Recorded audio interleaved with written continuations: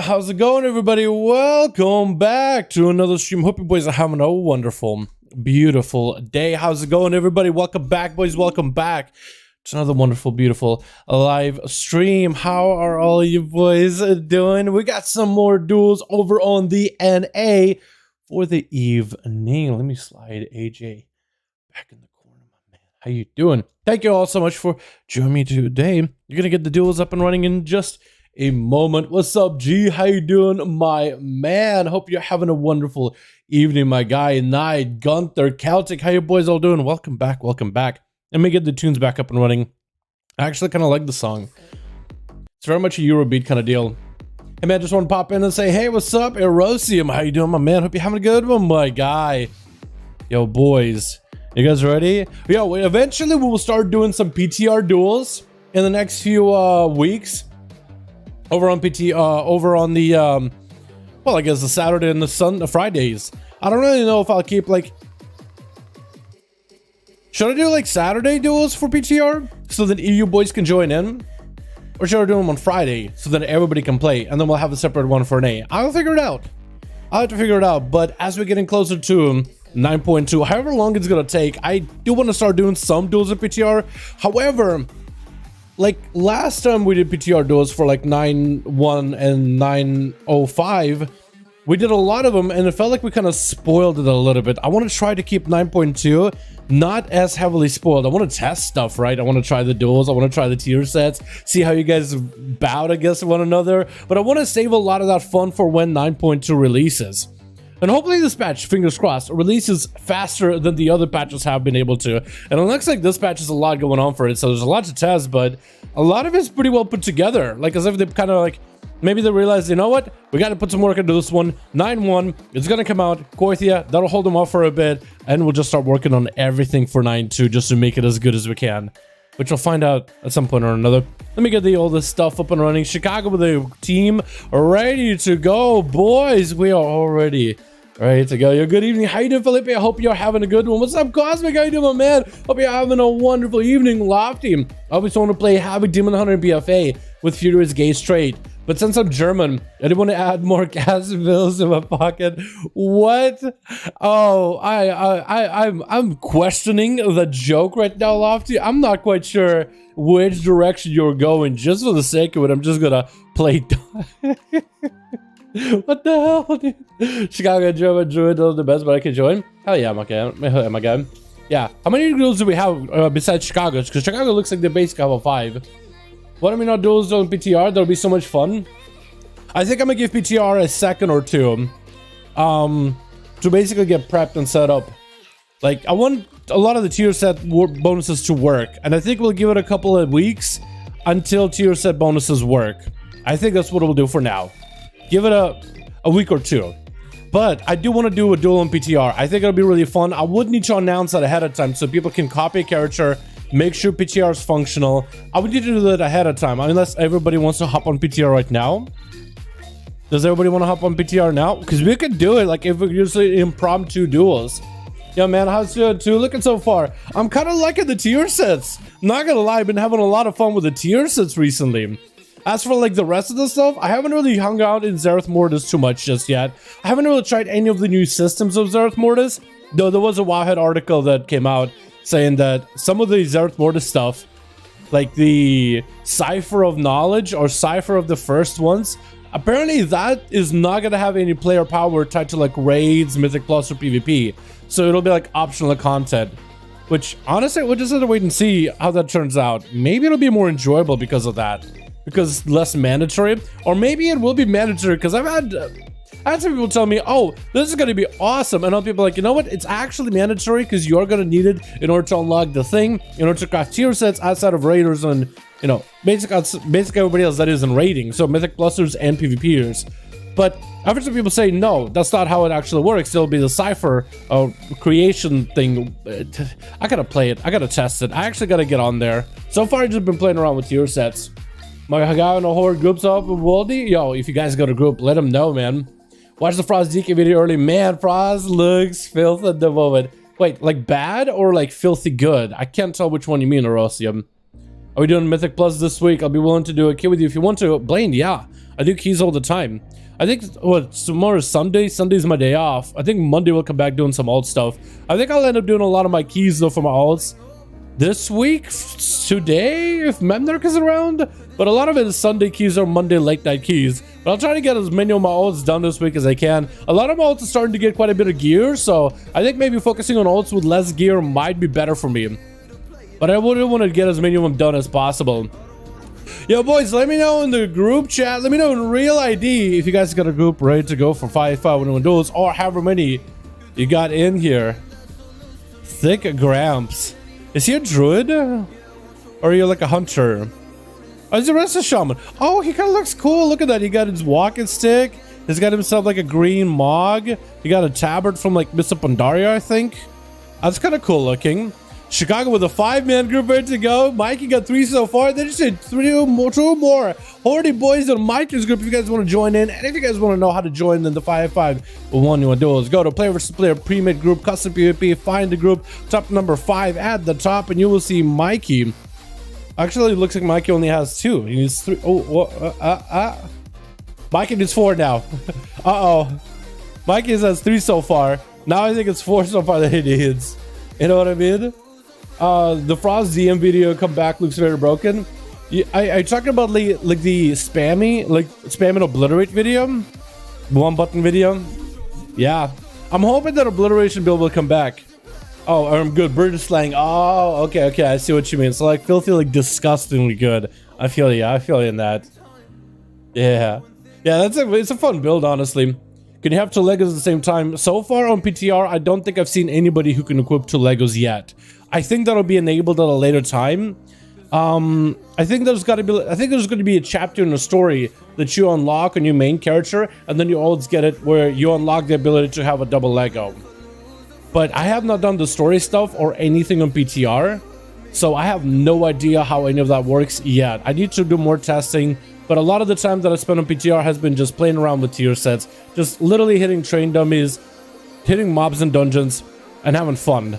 Like, our classes, I feel like, are improving to some extent with some of these tier set bonuses. There's so many good ones. There's some that are not really gameplay changing, like you're not really going to feel anything. Like Demon Hunter, for example, the Havoc one. You won't notice it, I don't think, at least. There's some fun gameplay in there, but like Arms Warrior, also you won't notice it. It's just there. But then there's stuff like Fury, Rogue, let's see, Feral Druid is also not really noticeable. Guardian is pretty noticeable, like how often it can proc, and Barkskin and how that plays into your rotation. You can have a lot of damage with Boomy. Death Knight for Unholy, I think is pretty cool. Warlocks are all really good. I actually enjoyed the Warlock ones, all 4 of them. Filthy good, hell yeah. What's up, Durad? How you doing, my guy? When WoW Shadowlands will be free, that is to say private servers. Like, Shadowlands Classic or like private server?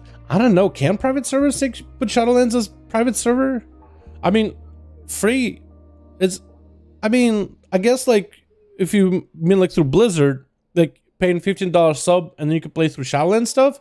I guess it'll be when the next expansion comes out, because then Shadowlands will be part of the sub, I imagine. I don't really know. Also, what are they going to do with Shadowlands? Is it just going to be another expansion like Legion, WoD, Wrath? Is it going to be one of those expansions that you can just level through from like 10 to 50, and then you go to the next expansion from 250 to, I guess, 50 to 60? Or maybe do you like level... Like, what are they going to do with all that? Are we going to have to level from like 10 to 60 instead of 10 to 50, and then 60 to 70? Like, what's the new level cap in the next expansion? What's up, David Davis? My guy with a $5 donut. We didn't even start a duel today. Yo, can we get a hashtag David in chat? Showing appreciation for one for the my man. Thank you so much, my dude. Appreciate ya.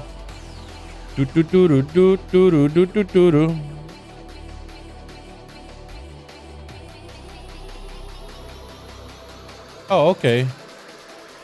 Weird. Well, why did they do it through DoorDash? I ordered something, and apparently they're doing it through DoorDash. I'm ready to show much support to a happy day, friends. Let's go. We did one more for Mikey, and we'll get a group up and running, boys. One more for Team Horde with Mikey. Wow, look for Wolfie from Gothalas in the 5v5 1v1 duel section. If you guys want to join in as a Horde, players to play a premium group, custom PvP, find a group, top number 5 in the search, enter. You should be able to get in. What's up, Chill Pills? How you doing, my guy? I get 2 rune forges basically. Yeah, Glacial Advance is actually kind of pog. Yeah, breath. Yeah, but it looks like the breath build isn't even gonna be. It looks like the obliteration build might actually be better than the breath build in PvE. And you might actually be able to play dual wield since that fits into the obliteration playstyle, because you're looking for more consistent procs of obliteration because of the free razor eyes damage. And the crit is also pretty good too. You know what I mean? Yeah, I talked to Zay, and he plays a bit of Death Knight, a little bit of Paladin, and he kind of likes the idea behind the Frost one, Frost DK, but we'll see, right? We'll see how it goes. I haven't tried that one yet myself. Nobody wants to play dual wield.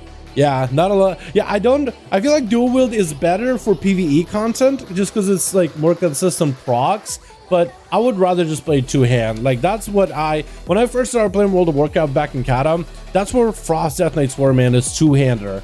They weren't dual wielding. Every one of them were two-hander. Even though you technically could dual wield, it was just more fun. You had big obliterates that just chunk people out. You put up Frost Fever, you put up that Unholy Blight, I think it was called, but you basically had a Chill Touch and an Unholy Strike or something like that. Like 2 dots, one like Shadow Disease, one Frost Disease, and then you obliterate would hit harder for every disease on the target, and you would just slam people out of the park. It was so good. You were like a glass cannon. You weren't super survivable, but man, you hit hard, and it was amazing. And that's kind of what I remember Death Knight as, and I wanted to go back to that playstyle for so long. Just couldn't. Those forces played, you really want to see huge numbers? Yeah, maybe, honestly, maybe we'll be able to go back to that big old two-hander and then play the obliteration build over breath. But we'll see, right? We'll have to wait and see. It needs testing. Did you join us with your rogue? Yep. Not against it. Yeah, dual wield? Yeah, I don't like that either. Yeah, it gotta be all about the two-hand, man. That is the original DK. I feel like if they want to keep a dual wield as a side playstyle, I guess... I don't know, I just want it to be a little closer. Like, I'm fine if it comes down to like 1% more, you get 1% more damage. Because like, Fury Warriors, right? They can either go for Titan's Grip with a two-handers, or they can go for Single Mighty Fury with one-handers. And technically the damage difference between the two is like 1% in all content. So you technically can do one-handers, it's just two-handers is better for survivability. And you also have Jathus from the Kel'Thuzad fight, so you can get some really high item level two-handers, like from your Death Knight. So, I mean, from your warrior. So whether you play like PvP, stamina is better. Whether you raid, higher item level weapon is better. I mean, that's the only 259 two-handers. If you get 2 of them, 1 in each hand, it's huge. But like, technically, you could play one-handers, and you wouldn't be that much at a disadvantage. You really wouldn't. You'll be fine. So I wanted Death Knight to get to that like quality of choices. Whether you play the two-hander for bigger blitz or you play the dual build for like more auto-attacky build with the debuffs and frost damage, it should be closer, right? So that's what I've been asking for a while. Like, hey, can I just buff the two-hand just a little bit more? I mean, it's really good in PvP as is, but I don't know. You can sneak it around with spectate. Yeah, I can't. No, that's not as good. It's definitely not as good. Two-handed Frost DK dual wield is Blizzard weird fixation. I thought it was cool that they gave him dual wield as a choice with the artifact weapons, right? It was like, okay, cool. You know, it looks like a dual wield thing. Cool, that's fine. You know, for one expansion, perfectly awesome. All right, whatever. But it still functioned pretty good. Like, you could play dual wield and you could do the machine gun build, and it was perfectly fine. But then, yeah, ever since then, they kind of like fixated for it in Battle for Azeroth, really into like, oh, they're going to be 2 one-handers. And then in all the BFA, you were basically like an auto-attack bot, where your auto-attacks and your dot did more damage than your obliterates, frost strikes, every other ability. So it was just like, what do you kind of just pigeonhole them into just playing breath. Like, they can't play other playstyles until the end of the expansion with Corruptions, where you could play a machine gun build again. It was so good. You were still stuck to dual wield because you literally wouldn't let you use abilities as a two-hander. But it was awesome. And I think more choices and more options, and more closer options, the better. You know, that's what I want them to do, is just to balance it so that in Sims, single target, AoE, for generalized playstyle, there's about a 1% difference, right? So if somebody really just loves the aesthetic of two-hander, they should be able to play it without that much loss in damage. I don't care what kind of math shenanigans they have to do with it. I want to wield a massive two-hander and slam things with my obliterate. Mike, you got a fight, man? Let's go, boys! We got us in Chicago! and Mikey ready for some 5v5 1v1 duels. Chicago and Mikey, wow. First duels of NA today, boys. Let's have some fun. Let's have some good old honorable duels. Let's bring ourselves the A game. Starting up with Mugabala? I'm not used to starting with this place. There it is. Your hand is more burst and you get 30% obliterate damage. That's what people play to hand in PvP. And I'm glad that it's good in PvP. I want to hands to hand. That's another place I want to see Tunchi. And while we're at it, dual wield for survival hunters. Can I drop my spear and pick up 2 one-handed axes as a survival hunter and just straight up roll Rexar build? Bro, I would go orking immediately. I would go orking, smorking immediately. You don't even know, dude. You don't even know. Alrighty, boys. So Twitch, we got ourselves team 1 together with Chill Pills. Bring it back. The Frosty DK. I like how he's still sticking to that Night Elf, by the way. Doesn't look bad at all, man. We got ourselves Alias in the back as it looks like a Feral Druid with Incarnation. Very unusual. Julie hanging around on the side as an Affliction Warlock. Tricky in the back on his Spectral Tiger. We got us in Chicago as an enhancement show, man. So playing, I think, the LD build. I could be wrong though, but we'll see. Angelical over on team 2 and with the Night Pally in the back as a red. We got ourselves Screamo. I kind of like the name Screamo as the warrior name. We got ourselves Tank Panda XD. Not even a panda, not even a tank. Literally everything. His name is just not the same. And then Wolfie as well on that team. Looks like Angelical isn't going to be first. Looks like they actually Tank and Panda. It's supposed to be first up. Julie's going to be their competitor. Trying to set up a gateway before the warrior charges in. The warrior actually kind of shuffling behind the pillar, letting Julie get a gateway to make sure this duel is as fair as possible. Julie trinketing with a wall, trying to land a fear onto the warrior. Going to be a reflect as the warrior going for the full banner. Wait, no banner, just an avatar. Oh wait, there's a banner. I literally missed the banner. Massive thing just protruding from literally his spine. Going to be a port for Julie as they're trying to take this defensively as best as possible. What the? What? Huh? Take It Panda is confused just as I am. Angelica just walked up, killed Julie, and backed up. I guess Angelica is the one dueling, right? Julie, I apologize to you from the bottom of my... I have no idea what just happened. Looks like Angelica decided to run out and just knock Julie out of the game pretty quickly on. It looks like Chicago is forcing Angelica to pay for their crimes with a 1v1 challenge, and the team 2 is confused. But they're letting it happen because I guess there's not much they could really do. Angelica trying to get a chain on Chicago. Looks like Chicago's able to deal with pretty easily. I have no idea what just happened, chat. Angelica just came in and bodied Julie when Julie was pretty sure they're fighting the warrior, not the demon hunter. And Angelica does go down. Chicago looking for a bit of a reset. Tank and Panda letting Chicago at least get to their side of the arena. We're not sure what the hell happened. Can we... we gotta be arrested, Julie! Julie! We got Julie's second chance! Hell yes, boys! Oh, this is why I love this community, man. Look at this. Julie's given an opportunity to go again. Tanky Panda letting Julie get a full reset, letting Julie get set up, letting Julie get a proper duel. We're not sure what happened. That was a weird Demon Hunter play, but Julie's given a perfect opportunity to go again, given the justice they deserve. And this is what I love about this dueling community. Tanky Panda, you better give Julie a hell of a duel. You better not hold back. You better give him the proper experience for a proper 1v1. Stormbolt exchange, gonna be Tanky Panda, popping over the big banner. Julie activating full cooldowns with Dark Soul Hysteria. Tanky Panda tanking this up as best as possible, landing a pummel onto Julie as they try to go for a cast. Julie still has Dark back, absorbing a lot of the damage coming down from Tanky. Gonna be a fear. The warrior could maybe Zerka rage it. It's gonna be Death Bolt. Tanky taking a bit of damage. This is gonna be down to about half his health as the dots are continuing to melt and play in the defensive stance. Got himself a little bit extra survivability with Ignore Pain. That's going to be Julie draining the Kevin slime. Kevin, no. Tanky Panda actually playing on a lot of borrowed health there. Looks like he has the Battle Master Trinket that did fall off, and the dots are continuing to rot him down. Julie got a bit of a bite though, dude. That would have been a proper good duel versus Julie Tanky. Does Tanky still dotted? How long are these dots? Tanky just continuing to melt. His health is so low. Julie can maybe dot him up real quickly. Is trying to get some proper dots. Wait. Oh my goodness. Oh, this is why, dude. Julie is actually, look at Julie actually given the opportunity to duel. Tank, are you just gonna die to the dot?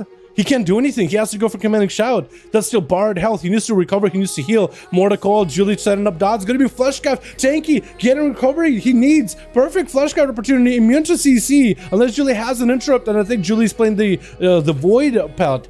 They're playing the void walker, the blueberry pet. So they're not going to be able to get any kind of interrupts on the tanky, but they do have an extra, like, a wall that they could use in order to up their health just a bit more. Drain onto tanky. The tanky got blade, down with the sword back up. Julie's dark pact is continuing just to absorb this massive amount of damage. Tanky super low. Julie's starting to take a bit of damage too. It could be anyone's game. Julie trying to see if they can walk over tanky. Tanky drop it down the banner. Got to be the port for Julie. Leaping away. Oh, and the warrior trying to get back onto Julie, but the dots do their work. Julie got some mean dots in there. Julie got some really big dots. Yo, my guy Tanky, I salute you for being such a good sport. That was such a weird duel, and you were literally taking away the opportunity to have a proper duel with Julie. And the fact that you gave Julie a reset, I salute you, my guy. That is honorable as hell. More to call into Wolfie. And Julie gotta get a lift here onto it. Also, I just noticed, Chicago, you might have to burn some cooldowns when you do your duel, just to make it fair, because you got to walk in, you killed the Demon Hunter, Julie gets to have a proper duel. I feel like Chicago might have to hamstring themselves a little bit, whoever they're dueling up against, just kind of burn a cooldown, because they kind of going into the full duel with full CDs when they came out just to kill the Demon Hunter. You know what I mean? Just for the sake of fairness? I don't know, consider it, think about it. Maybe you'll agree with me on that one. Wolfie popping up walls. Julie got full dots. It's gonna be dark there. Into full ascent. It's gonna be cooldowns for cooldowns. Big trade for Julie. Able to trade Wolfie's hell completely. Wall up for Wolfie. Get a quick interrupt on Julie on Shadow. Julie could be in trouble, and the wind strikes, clashing with a sundering to shake up the ground just a little bit. As Wolfie is gonna be able to get out of there with a quick escape. My goodness, that was interesting. Wow, this dude, what a hell of a duel to start the day off. Also, let me switch the music, but also let me watch, see what happens. Just because there's been moments where I'm switching songs because we're not on our mix at all, and then just somebody dies, and sometimes it's just an enhancement shaman getting huge procs, and we literally miss it because we're blind.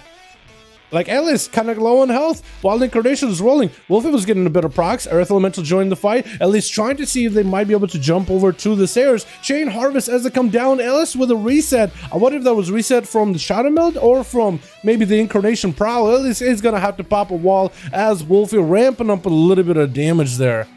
With regrowths available for Ellis. Got himself a roar onto the Shaman. Maybe an interrupt? Is Ellis playing Necrolord or the Night Fit trying to go for a Cyclone? Maybe they're looking for that. Flesh. Oh, Wolfie Drake inside of it and just zucks him down. Oh my goodness. Chill Pill's up next with his full flash scout. Ghost will join the fight. Wolfie tanking this up before Chill Pills even pops cooldowns. It looks like Chill Pills just gonna go, letting the stun happen. AMS and the stun from Wolfie, trying to stay next to Wolfie for Remorseless Winter to stack up. And it's going to get himself Pillar of Frost rolling. Wolfie is an Orcs. He's not going to sit that stun for long at all. Got himself healing, as he only said, for a couple of globals of that stun. And Chippo's trying to keep Wolfie in place for a moment, trying to just stand still for a second. But he's going to activate against Runic Weapon a little bit later. Just burn himself Pillar of Frost. Maybe was hoping to get some cooldowns out of Wolfie. He did get walled, no trigger for a while. So maybe Chippos will just commit all cooldowns next go. And Wolfie won't have an answer. He's just trying to keep chains on Wolfie, but the Ghost Wolf keeping him moving constantly. And Chilpas might have to wait until the next grip is available. Just keep it some sort of a slow into Wolfie. But the Ghost Wolf's not allowing Wolfie to go below, I think, what, 70% movement speed? 100% movement speed? Something like that? That is crazy. Gonna be a stun onto Wolfie. Sunder real quickly by Wolfie to exchange. Chilpa's getting a couple of those obliterates. Has full cooldowns ready. Quick chain harvest, but Chilpa's doing just fine. Massive death strike off of that chain harvest. It is going to get a chain on the root onto Wolfie. Got himself a grippy hand with a stun. Wolfie could be in trouble, and I think the obliterates are just going to slam him through. Screamer is going to be up next, getting charged and actually getting opportunity to get a charge as the grip comes out. Trying to go for as much damage versus Chilpa. Is going to be a trigger for that stun. Parry up. Chilpa's a low health. Also goes for IBF. Blind versus Screamo with a flash scout very quickly. Screamo does not have a flash scout for a while. Actually, he might be able to. Leap it away as the dragon is going to almost hit him. Bladestorm just to make sure he doesn't get slowed down. Try to go behind the pillar. You can grip Bladestorm? I didn't know you could do that. Chillpill's tricking it out of the storm. Screamer is super low in health. Could be in a tight spot. Quick to storm on Chillpill's. Got to be that Howling Frost. Taking him out. And Night Pally is the last one over on team 2. Getting a Hydro, Chill Pills popping up wings immediately. Chill Pills dropping down anti-magic zone. Might have to rotate AMS, but with eyeing out and has his hands over the Death Pact keybind in case he needs it. It is going to be the AMS. ASUS recovering a little bit of health, taking a little bit of the holy damage into AMS, which gives him a little bit of rune power, but he's going to go for a Chain of Ice as well as a root onto Night Paladin. So we do see that Chill Pills is playing that Chain of Ice talent, where using Chain of Ice twice in a row, like choosing Chain of Ice on a person that already is chained, pops him in a root. So Chill Pills is playing for control. Blind Rook looking by Night Pally with a Shield of Vengeance is gonna be able to break that blind. Is not trying to go for the blind cheesy play. Stun to Night Pally could be a bubble out of him. So might gonna be a trinket. Night Pally better be looking at his health bar. Bubble might need to come out. That was very quick damn by Chill Pills. Take it about quickly. Yo, that was a nice set of duels. By the way, good duels out of everybody. I like the honorable setup. I like the honorable playstyle by everybody tonight. Yo, let's get another duel up and running. Let's see if we can get ourselves, I guess, Mikey and everybody. Yo, Mikey, that was the Demon Hunter on your team, right? Do they know that it's a 5-5-1? Do they know what a duel is, actually? Let's just start with the basics here. Was it just confusion? Or what happened there? Like, do we just go again and let the Demon Hunter play? Give him another chance? Because he might intervene with the duel again? That was pretty weird. I'm shocked that Paladin that broke the rules. I'm shocked it wasn't a Paladin. Yeah, I'll admit, I gotta agree with you there. I think it's the first time it was not a Paladin that broke rules. Because usually we have Paladins that do this kind of thing. Like, so many Paladins. Hold on. How many have we had on an A? Okay, 170 something, right? 175, 76, 77, 79, 180. We get into that 200. I let them know we're good. Chicago, let me know if you're ready. We'll go up again. Is it EU or US? Today is NA, but normally Friday is EU, Saturday is NA, boys. So 5 to 7 p.m. Okay. Real quickly, I got food that just came in. I'm gonna go grab it, and then we'll get the duels up and running. I just heard the doorbell. I'll be right back. Doorbell just rang. Be right back. I had food. It was a thing planned. Be right back.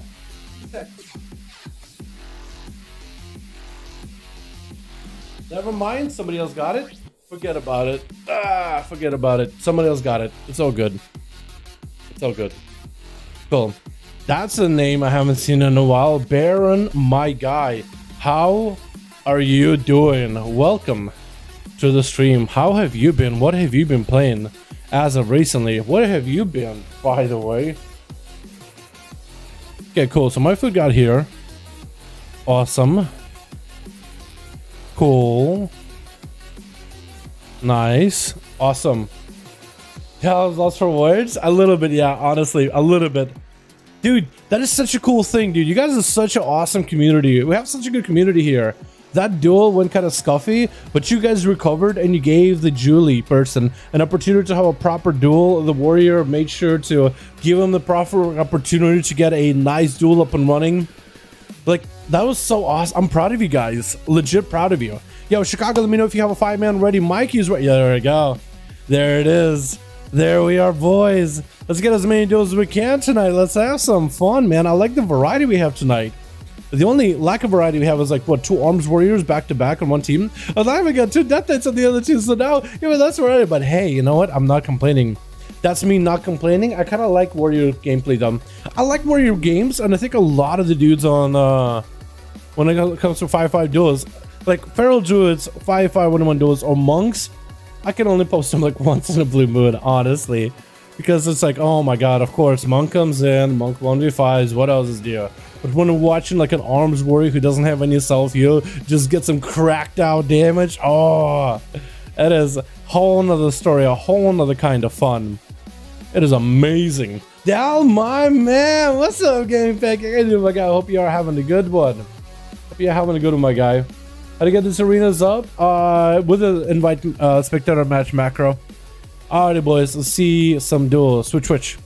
We got ourselves our chorus over on the team 1 together with Chill Pills. We got Bakey in the back as well as iFox joining in as a survival hunter. I do like the tabard, the mask thing got going on, like a vampire hunter look. A Chicago in the back riding on the pony. With Bakey gonna be first up. We got Angelical And hopefully Angelical, we don't have any mishaps this time around. Night Pally in the back is alright. We got us a Screamer. We got ourselves Taking Pandas of Warriors. And the first up is going to be Wolfie. Wolfie versus Bakey. We got ourselves Cat and Dog game with Convoke out of Bakey immediately. Wolfie just sitting that stun and going for an interrupt as soon as it's available. That Convoke, was that a minute Convoke or a 2 minute? Because either way, that was a very unlucky Convoke. Bakey getting hit with a stun, and that's a perfect opportunity for Wolfie maybe to ramp up some damage. Got himself the Bloodthirst Orc Rachel ready to go. With the biggest sentence, Bakey could be in trouble. Trinket out of Wolfie, get hit with a Root. Bakey's trying to get out of there. Wind strikes are just shearing right through him. He's going to catch a couple of Ringgroves behind the pillar as Wolfie tried to see if he could close the gap somehow. He needs that line to sight. Tried to go for a Wind Strike, but Bakey caught a reset. Oh my goodness. And Wolfie is forced to go for a reset himself. Bakey just forced out all the CDs. But now he knows, wait, something about, I think Bakey might have auto-attacked out of stealth, did not get a proper open or anything. Wolfie is actually forcing big cooldowns on a Bakey. Barkskin as well as Wall. Thorns is up. And Bakey trying to see if he can survive this damn with a bit of that feral frenzy. Trying to go for a clone. Wolfie is going to get interrupted on unless they go for, oh, clone on the elemental main to Wolfie Convoke. Oh, big fights coming through, and Wolfie just didn't have an interrupt as he only missed his interrupt earlier versus Bakey. Bakey had such a good go. Bash onto Wolfie. Does he have the bites to finish it off? Wolfie is looking to spam that mana while he's using in order to help with some of the tankiness versus all the damage coming out. And Wolfie's looking for a big old reset. Bakey trying to go for a bit of a bite and just trying to go for some self-heals. So it's going to be a bit of a standstill between the amount of healing that these two have until Wolfie gets some cooldowns. Speaking of Wolfie, he got Ghost Rules available in about 30 seconds or so. 2 minutes still on the Ascendants. Bakey with a quick main, but he's just looking for a bit of a reset. Man, this maims is just going to be tough for him to land. I like that Cyclone play on the Earth Elemental, but by the time he has a full Convoke, yeah, the Earth Elemental is going to be gone. I think it's only out for like a minute or so. It's out for quite a long while when you think about it. But now Wolfie no longer has the extra health to work with. Going to be a stun. Bakey not going for a Convoke to say he's like, you know what, that stun is way too short. You can't roll with that one. It's going to go for a bit of reset. I think getting dots to the Wolfie, letting Wolfie's health kind of tick out over time. And then coming back in, going for a Convoke. Wait, did Wolfie miss? Oh! Wolfie missed an interrupt somewhere. Wolfie missed an interrupt, and Bakey just punished him for it. What was that burst? Oh my god. He was just like, he just sent it. He just sent it all the way down the aisle and just let it happen. Bakey was a burst in there. That Convoke, it just went with this like, you kicked. Oh, you kicked. Oh, alrighty then. And I think Wolfie is also sundered too, so like there's literally nothing you can do to stop it. He just has to watch as his cell but just gets deleted. Gonna be a quick haunt. Bakey going for a restun onto Angelical. As Angelical tried to go with a big old hunt with his Night Fae with his shackles, but that got broken. Bakey, I think Barkskin for it, gonna be friends of Region while in Bear from just looking for recovery. Angelical did burn a blur, does have a metamorphosis still. So Angelical committing kind of sort of cooldowns, but not really. Cyclone is gonna get Cyclone for it, maybe a Trinket.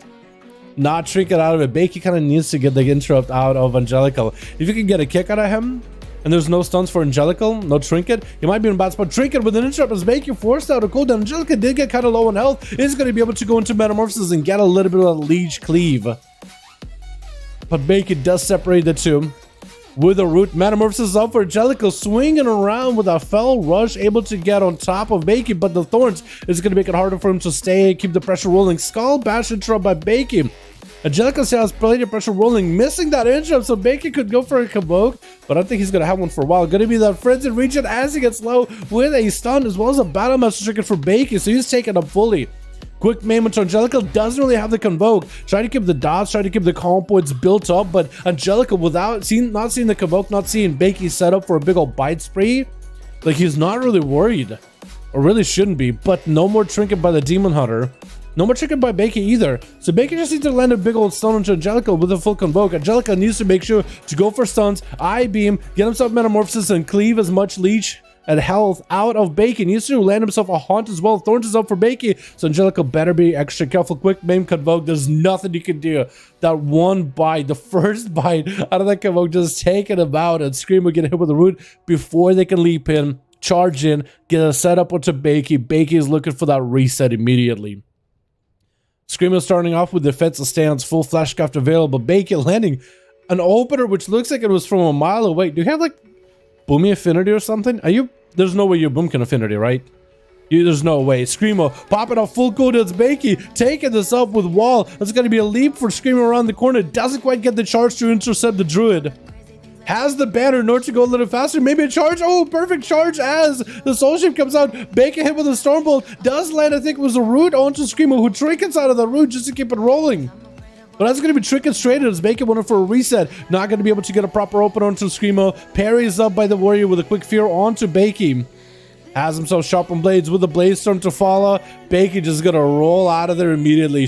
Power shifting with a quick roar, stampeding out of there. Quick charge by Screamo around the corner. If Screamo has the executes that let him get a short charge to Bakey, he might just be able to stay on him. Big convoke. Screamo does he survive a defensive stance, keeping him strong though. Stormbolt onto Bakey, and that's gonna be a quick flash cut by the warrior to get some recovery. Bakey with a bark skin, and that's gonna be a war breaker up for Screamo, looking for that leap. Maybe a charge, doesn't quite have it. And looks like Bakey got himself a full reset. Unless Screamo can auto-attack through the grates, he can maybe reach out towards him. Bakey landing a reset for a second. Might have been a shadow meld. But it's going to be a short one, though. Thorns is up onto Bakey. Screamo better be careful with Thorns for a bit. Does not have a fear or Stormbolt for a while. So there's only so much you can do. Does not really have a lot of healing either. And looks like Bakey just continued to get back-to-back bites on him. Super unfortunate for the warrior. He actually had a pretty good go and pretty good reset versus Bakey. Got himself a little bit of healing. I don't know what else he could have done. I guess the only thing you could do is maybe save your movement and then land the stun, leap, charge, full burst. I think that's all you could really do is try to max out the amount of damage you can do once you have all the mobility kind of together. Because there were moments where he did a leap and he has that inside of the Pharaoh, but he can't quite charge to reconnect. Trinket out of Night Pally, taking a bit of that convoke damage. Is going to pop off wings immediately. Final wreck and everything, trying to make the last verdicts happen. Quick main by Bakey, looking for that mobility just to get away from Night Pally. As a paladin mounts back up with wings rolling, Bakey is going to maybe try to go for it. Looked like a reset. Actually, Battle Masters with Thorns just standing next to the Night Paladin with Berserk. The Paladin will be able to get himself lots of self-heal, lots of recovery. We're only at that 7-minute mark, 16% dampener. And that's going to be a flesh cup for Night Paladin. Skull bashed by Bakey. So Night Paladin is going to be a little bit shaky on defenses. Better press a bubble if you ever get slow. Blessing of Protection will also work pretty well here. And Night Paladin chooses to go for a really safety bubble here with the shackles on the Bakey, who does land a reset with that Shadow Meld. Blind as Night Paladin does not quite reach the druid. That's going to be a perfect opportunity for the cat to get another opener, letting Night Paladin pick up the eye. As he's just going to chill behind the pillar for now. 8 minutes into the duel, 90% dampening. Try to see if he can get behind the pillar. The Judgment knocking him out. And Night Pally has only Blessing of Protection to really work with. Hodge to Bakey is tricking out of it. Bakey might just be able to get the most damage in. Hodge to a Cyclone or to Night Pally. No way for him to respond. No way for him to counter this. And Bakey is going to be able to go for his reset. I think Bakey is just trying to see if he can kill Night Pally and consolidate a lot of the cooldowns for the tanky Panda. Quick Cyclone as Pally gets himself a full Blessing of Protection, looking to build a little bit of holy power. Bakey chilling behind the pillar. It does want to get himself a full reset if possible. And a quick maim, a quick convoke. Man, get a couple of rats on the Tanky Panda. Hits him with a root as he wants to walk up. Tanky chooses to go for a Blaze Storm just to get himself some sort of mobility. Breaking out of those roots for a second. Will not necessarily need Blaze Storm for damage. It does decent damage, but when you can get those big X, he gets Mortal Strikes in. Like, do you really need it? He knows that there's no Convoke for a while from Bakey for a bit, so he does have that knowledge. Quick Avatar is going to get himself Ignore Pain for a moment. Stormbolt to Bakey with full banner. Everything's available. Bakey with that Barkskin. Is that Barkskin going to be enough, though? Bakey leaping away from Panda. It looks like Panda does not have a leap to follow up. Is bleeding out to dots little by little, but try to see if he can catch up to Bakey. Trying to draw the druid back in, and a Skull Bash on the Flesh Kit comes out as Panda's cooldowns are down for a moment. Quick Roar, maybe an interrupt on the Cyclone. Did not pummel just yet, so Bakey's kind of out in the open with a wall, as well as healing, but he's at half his health, and that is healing reduction heavily by Tanky. Tanky could Trinket this. Trinket's maybe a little early. Oh, I think he was trying to wait until the Cyclone hits him, or maybe Trinket pummel. But he does end up tricking maybe a little Stormbolt or Bacon. No way out of it. Does Tanky Panda get the procs? He is getting damage. Does he get the pummel? He gets the pummel. Bacon at low health. Tanky could literally execute him right now. Just see his line inside, trying to stay on Bacon as best as possible. Shot him out. Gonna be a restun Convoke. Is that enough though? Tanky, oh, it is actually gonna be enough. He's literally playing up to Convokes. Literally just convoking these boys down. Jesus Christy. Well, there it is. Well, there it is, boys. All right, let's get another up and running, boys, yeah? Let's get on a duel up and running for the evening. That's what, 179? 180? Yo, we hit the 180. Can we hit that 200 today? Yo, Chicago, Mike, let me know if you guys want to swap some dudes around or if you guys are going to get back in. No skill, pathetic. You don't like it, though? Yeah, Convokes. I mean, I thought he played really well. He rotated cooldowns. I think he played pretty well in terms of, like, dueling and trying to manage his CDs and trying to, like, kill Night Pally. Maybe, I was thinking he was going to save Convoke for the Warrior, but instead he decided, you know what, I'm just going to throw Convoke out. That Convoker does his impression as Necroferal Red. Technically, I would heal the damage and save trick of 2 bops and 3 Convokes. True. He could do that. He could. What a game. I thought it was pretty good. Hey, I mean, I get it. It's a Feral Druid. They heal a ton, right? We've seen a lot of Druids do well in duels. I don't blame any of you. It's like, man, I think I've seen too many drools in the too many drools. I'm calling them drools.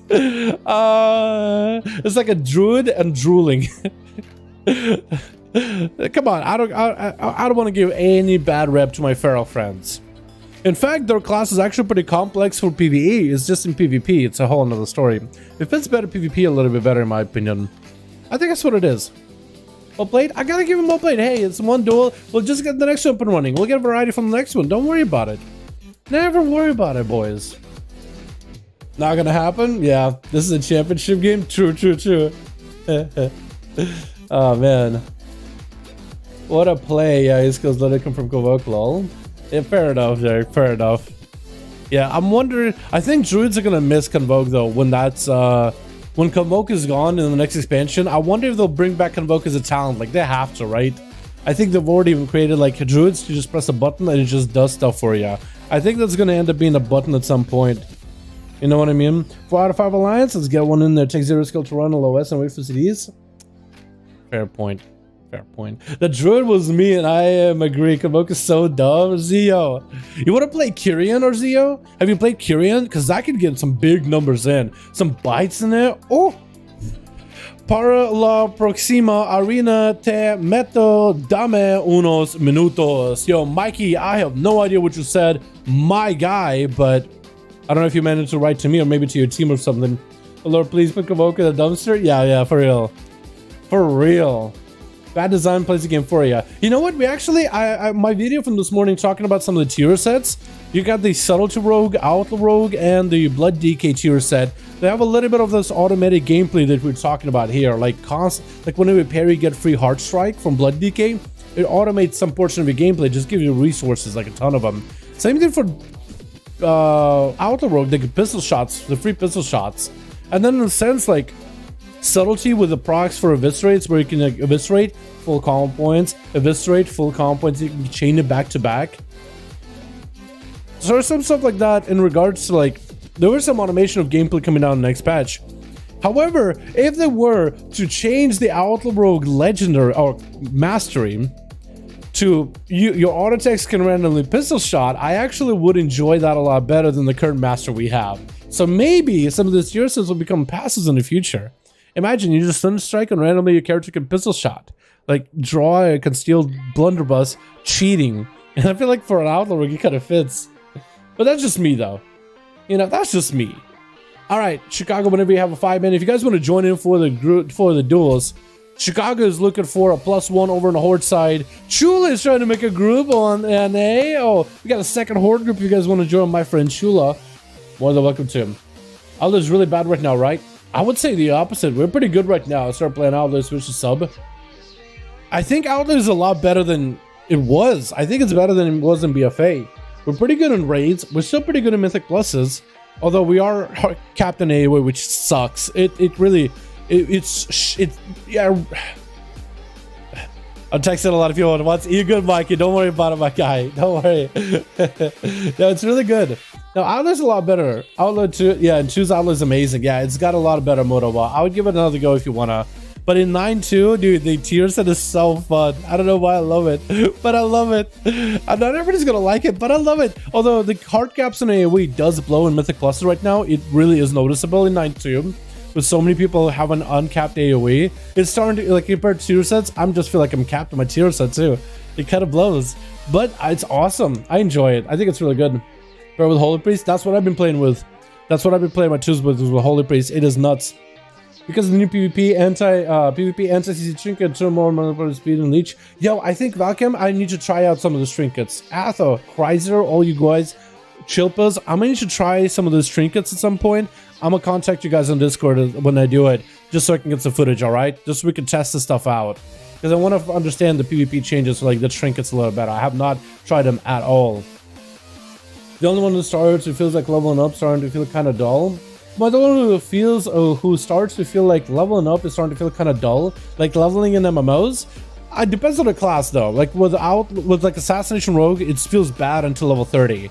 But like other classes, they feel amazing from the get-go and they feel really good. Certain classes just unlock certain passives or abilities where the class really opens up in leveling.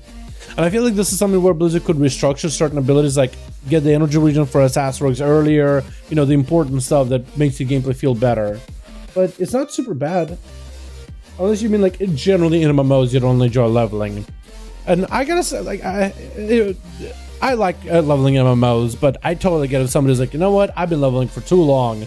Because I've been playing, me and Kren were playing Season of Mastery for a bit, and I've been leveling a Warlock, just like, whenever a video is rendering, I would just hop on, kill some boars in, you know, the Iron Forge starting area. What is it called? Dumero.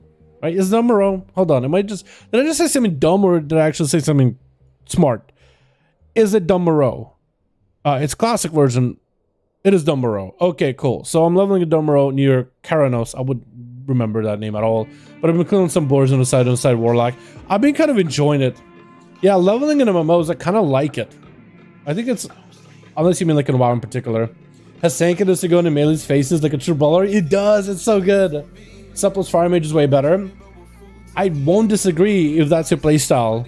Yeah, but Outlaw Rogue as by itself, right? You can compare Outlaw to other classes or other playstyles, but Outlaw by itself is not bad anymore.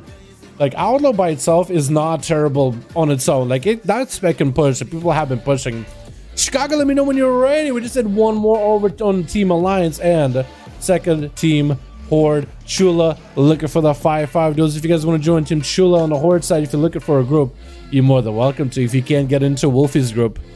But Chicago, I think, is still looking for a +1, and we'll get another up and running as soon as we get there. But we're looking for one more in the Alliance, boys. I just feel like I've quested and leveled way too much. I kind of turn Dungeon Search all the time. I kind of turn to Dungeon Search. Yeah, that's what I do. I mean, whenever I'm questing and leveling in WoW, I always have a dungeon queued in the background. I like dungeons. It's like, lets you test out your class, play in a group gameplay, stuff like that, right? It gives you a purpose, it gives you a goal. But I do like questing. It can be like really relaxing, really chill. I like questing with PvP on too. Like early war mode questing is super fun. I remember questing war mode in BFA. It was pretty lame because it didn't feel like PvP at all. But when you do go to the Horde Alliance areas, it just fights you. Fights break out all the time. It is so good. Especially as Troll. Yeah, Marks of 100 securing his love. It's really good, Lofty. I think it's going to be pretty good with the 9-2 tier set bonuses. I was thinking maybe review some more tier set bonuses. I'm thinking either do Death Knight, Hunter, or Warrior. Those are the ones that I feel like I'm pretty comfortable. I got to play more Prot. I got to figure out Prot Warrior a little bit better. And when I play some more Prot in dungeons, then I think I'll be able to do a better review of the Prot Warrior tier set. But the Arms and Fury, I feel like I got it figured out pretty well. I played way too much yesterday. I got this character from 16 to 52. Yo, enjoy that faster leveling while we got the anniversary event until the Tuesday. Actually, in the next few days, we're gonna have the overlap between anniversary and Darkmoon Fair, right? So utilize that 10% more on top of it for any ults you got left over. Like level whatever else you got, you know, everything else you need. Alrighty, boys, let's get another duel up and running. Did I save that one? I hope I did. Is that the last one? Because I enjoyed the last one. It's a feral game, but hey, what can you do about it? We got no feral. We got a monk though, but with no ferals. Hey, a little bit of variety here, boys. I like that. Alrighty, switch. We got ourselves team one together with Arcturus as a unholy DK with Chilpas hanging out on the frost. We got Duke Nukem as a fire mage. looking to literally nuke him. iFox looks like he's gonna be up first. They're trying to figure out who's first. Oh, look at this dude. They're like, it's almost like you're trying to get through the door with another person, and they're trying to walk in. You try to walk in, and then like back it up to let the other person in. You do the same, and it's like you do back and forth, trying to go, trying to back up, trying to go. You know what I mean? Carmageddon over on the team too. Hanging out on a little mouse. What is that, Sarge? Night Pally, we got it. So once feared, twice shy. With Take It Panty in the back as well as Wolfie. It looks like Anchorus. Our Chorus? I'm gonna mess up your name 100% multiple times in a row. It's gonna be first up versus a once feared playing now the Demonology. Looks like Arcurus, where is your pet? That is, oh, there he is. The ghoul is attacking the succubus by the looks of it. Once feared getting hit with the stun. That's gonna be full cooldowns out of the Warlock with the wall. Succubus CC onto Arcurus. It looks like he's gonna IBF out of it, and the Infernal is gonna break him out of the Succubus CC. Fear and Reflect Elbow for once feared. As a Warlock, unable to really get damage in, Arcurus kind of chilling behind the pillar, not literally letting the cast get through, just letting the dots of the pets do all the work. Gonna be a portal next to Arcurus. But I think once feared might be in a bad situation. That's gonna be a Shackled Malediction chain. Trying to make its way towards one fear, but it's not going to be enough as it was some line of sight. But Arcurus does walk up towards the Warlock. Is Arcurus not playing the Army of the Dead build? Is it playing the Necromantic Bargain build? Is that what's going on? Wolfie going to be up next. Quick Sunder onto the Death Knight as Arcurus looking just to waddle away from the Shaman until he activates the Grippy Hand. Does he have any resources? Can he get the Army of the Dead rolling? Or Apocalypse? It looks like, is he playing... I can't tell. Is he Necromantic Bargain or is he a full pet build? He is Necromantic Bargain, so he's putting damage to Wolfie. Wolfie is going to have to go for some healing, so they are prolonging this dot that's on him. Arcurus trying to go for a grip, but Wolfie is going to get himself a little bit of healing. That's still lots of damage slamming into the Death Knight, having to sacrifice his pet, summon a new one. As they're trying to heal up as much as possible. Got himself quite a bit of healing there. I don't even know where that health came from. But did he heal up for a ton? Sunder real quickly. Arcurus is going to have to generate a lot of runic power. Is this man's playing the self-heal legendary with the Death Strike? It might be, actually. Well, I guess we'll have to wait and see what kind of playstyle he's got going on. But he's playing Necromantic Bargain. And tries to link me the PvP town for Necromantic Bargain. It transforms the Apocalypse into like this dot that does 8% of the enemy's health worth of damage. And it gets refreshed whenever they heal. So as Wolfie just heal himself, it refreshes the dot over and over, but otherwise it doesn't really seem to do that much damage. But maybe it does. Wait, I've never seen the detailed breakdown of a Death Knight. We were running the talent, so maybe it does do a lot of damage, more than I think. But Wolfie trying to get some damage versus Arcurus, and looks like that it's going to be Counter-Strike Totem zapping Arc as he's doing damage to Wolfie. Gonna beef up his pet with a quick stun onto Wolfie. Got himself that Lichborn in order to get a little bit of healing from Death Coils, as he's kiting the Shaman around circles as best as he can. Quick, try to go for an interrupt versus Wolfie. Didn't really interrupt anything, but the Chain of Ice are slowing down Wolfie. Trying to keep him at bay as best as possible. Chain of Ice, big Chain Harvest onto Arcurus as he's trying to go for a Flesh Cap. Not getting interrupted. Was a pretty big line of sight for Wolfie as they tried to get out of Ghost Wolf. Trying to just waddle at him, maybe land the interrupt. Going to be another one of those dots at Wolfie, but Wolfie is kind of low in health, so they are going to have to go for a bit of healing. And as they heal, they do actually prolong that dot from the Apocalypse little by little. Arcurus recovering quite a bit of health. Where is he getting this healing from? Quick Grippy Hand by the Death Knight. Might be able to get himself maybe another Apocalypse on him. Gonna be that Totem back up. Counter-Strike Totem as AMS comes out for Arcurus. Gonna be full of sentence. Arcurus could be in a really bad tight spot. Lots of physical damage is coming through, and that's a ton of damage. The Arcurus will not be able to deal with Wolfie. Get himself a big heal, but the dot is still sicking on him. That is Creeping Fever, I believe, is the name of that Apocalypse dot. Wolfie is going to be able to be up next, or iFox rather. Going to be up next, swinging around. Wolfie is going to hit him with a steel trap for a moment. Trying to throw down all the traps in the world, hit him with that Flate Shot. And that's going to be just lobbing grenades, try to get some slows onto Wolfie. Wolfie re-engaging back in melee is going to be able to get himself a little bit of self-heal as the Maelstrom is getting built up. But a Freezing Trap is going to separate the two with iFox. Going to be able to reset this duel anytime he wants to, unless Wolfie burns a trinket or lands a lucky, or either a well-placed, well-timed grounding totem. Is Wolfie dropping down Wind Fury? Was that what that was? Or was that a Counter-Strike Totem? Actually, that might have been Counter-Strike. Wolfie go for a big Chain Harvest just to recover all that health and doing damage back to iFox. I feel like Chain Harvest, it does damage, but it also like heals you. I almost feel like they should have done it where it like siphons life out of the enemy. But I think they didn't want to do that because, let's say, like you hit a shield, I don't think it would technically get a heal. So maybe it's better than it does like its heal and shadow damage separated. But it looks so cool, like the necromantic. It's almost like you just siphon the life out of enemies, drain it like a vampire. Wolfie get hit with a bit of damage though. iFox got a lot of kiting going on. Wolfie needs to get in melee, build up a little bit of maelstrom. Going to be a sunder as the feign death comes down. Wolfie has lots of mana to work with, just needs the maelstrom. Honestly, if he were to swap from the Earth Shield Totem to Lightning Shield, he'd get a lot of maelstrom. The Ghost Rules are going to help with the maelstrom building. At least one Wolf is sticking on iFox. And it's finally he gets a melee, getting a bit of pressure, getting a bit of damn wall is up though, as iFox can kite him just for days and days. Quick stun as Wolfie finally gets a melee. Does iFox have enough damage to finish him off right now? Gonna be a wall for Wolfie. Might be able to get plenty of maelstrom, and there goes a mana getting spent.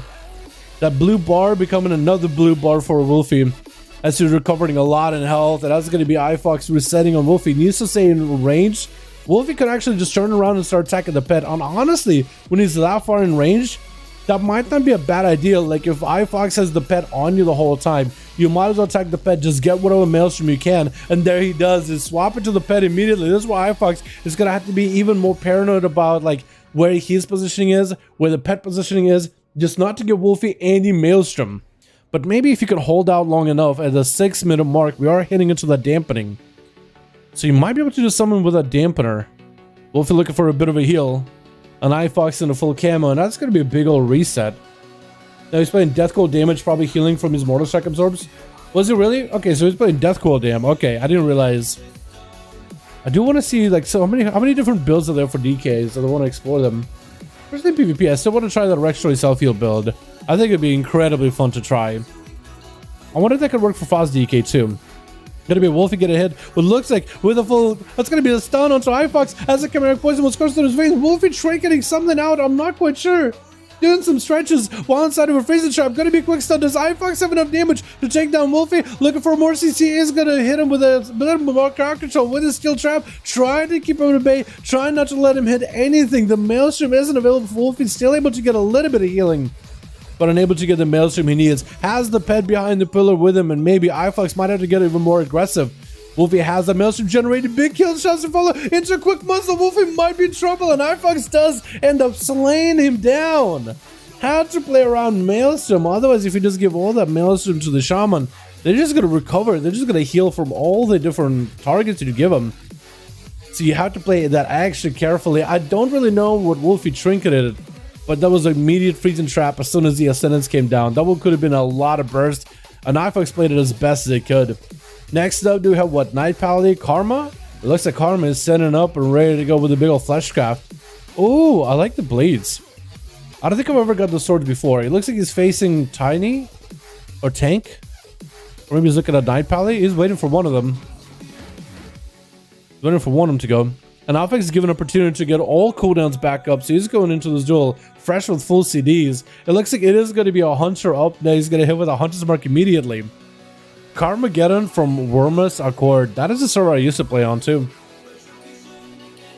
It's got like an RP server next to Moonguard. It wasn't quite as big as Moonguard, but it was definitely unique as RP servers go. Not that RP'd or anything. Actually, we didn't. We had a PvP guild. They RP'd, but we did a lot of PvP back in MMP. It was awesome. Quick leg sweep on iFox. Trinket out of it right before the BDB burst comes down. Gonna be Karma. Trinket out of it. Jabbing to catch up to iFox. Has the most damage available. Zoen and images are up. And once I go for the most best lockdown into iFox, it's gonna be a stun. No more Trinket by the monk. Does iFox take him out? Harpooning next to him. That's gonna be a Karma real quickly. iFox getting a flame shot onto Karma. Karma. Are we playing that good Karma? He might be playing that good Karma, trying to go for Shackle Malediction. iFox is going to attach. iFox needs to find a way to break that Shackle. He is not going to get any healing. I am surprised that Shackle... Did a Battle Master Shackle fall off? I'm kind of surprised he... I was thinking it was going to be okay. Did that Shackle like crit at the very end or something? That must have been a Battle Master Shackle falling off as the Shackle ticked. Because I feel like there's no way. Chillpill's going to be up next, as he's trying to ramp up a whole remote switcher onto Carmageddon with his silence. Karma has nowhere to go. Nightfall is going to cleave down a little bit. And looks like Karma is going to port back there as Shillpill's just taking Night Pally with him. Is Night Pally up next? Looks like it's not going to be Night Pally. It's going to be Tank Panda. And Shilpa's just trying to take the momentum into the next guy. Night Pally is just caught in the middle. It's just like, wait, I'm just going to beat up. But he's being a good sport about it. Shilpa's, I think, did react maybe a little quickly there. Tank Panda trying to go with the most amount of damage. Avatar. Full banner. Shilpa's taking a lot of damage in that execute range. Having to go for a pet sacrifice AMS. But what are you going to AMS? That ain't magic. That's just rage incarnate from the warrior. IBF, death back, trying to go for a flesh count. Trying to do whatever he can to recover. Might just have to go for a shadow mode at this point. Is going to take the slime, the Kevin slime, and try to get some death strikes off it. Has full runic power available. Lichborn and a couple runic power. Death goes up and running. Man, it's just trying to continue hitting that Kevin slime for any runic power. Chain of Ice, Undertaker Panda. So far, Chilpas are heavily behind. Is going to land the interrupt on the Flesh Cup. Stormbolt coming out. No way out of it. And Tank it, trying to go to Battle Master. Trying to ready to go blind, though. Trinkets out of the blind. Does not get the auto chases yet. Does not get the executes. He's so close, though. He's so close. That Chain of Ice is just slowing him down to infinity. But a quick mount up. I don't even know how Chilpas landed that Chain of Ice. That should have been behind the pillar. I have no idea how that happened. Chilpas is trying to go for a bit of a stun. Trying to go for some healing Panda with a parry. But he's still going to get stunned by Remorseless Winter either way. And Chilpas is just going to use that stun with some damage. Get some resources. Lots of death strikes available. AMS and Panda trying to leap around. He's so close. Chilpas is hanging on by the last hair on his chinny chin. He's just barely hanging in here. But he's doing it. Stormbolt, no way out. Does Tank actually take him down? There's no way. Death strikes. Back-to-back death strikes. What is this? Why are you still surviving with Bladestorm? There's no way you live that Bladestorm, right? There's no way. Oh my goodness. Tanky. He just wanted that kill for so long. He was just being patient. I'm gonna be a good boy. I'm gonna be patient. I'll eventually snag that kill, and he did it. And he did it. Chicago looks like he's going to give him a bit of an honor duel. Tanky does not play into second wind. So maybe if Tanky gets himself... Chicago's walking up to Night Pally. I think Chicago wants Night Pally to heal Tanky Panda.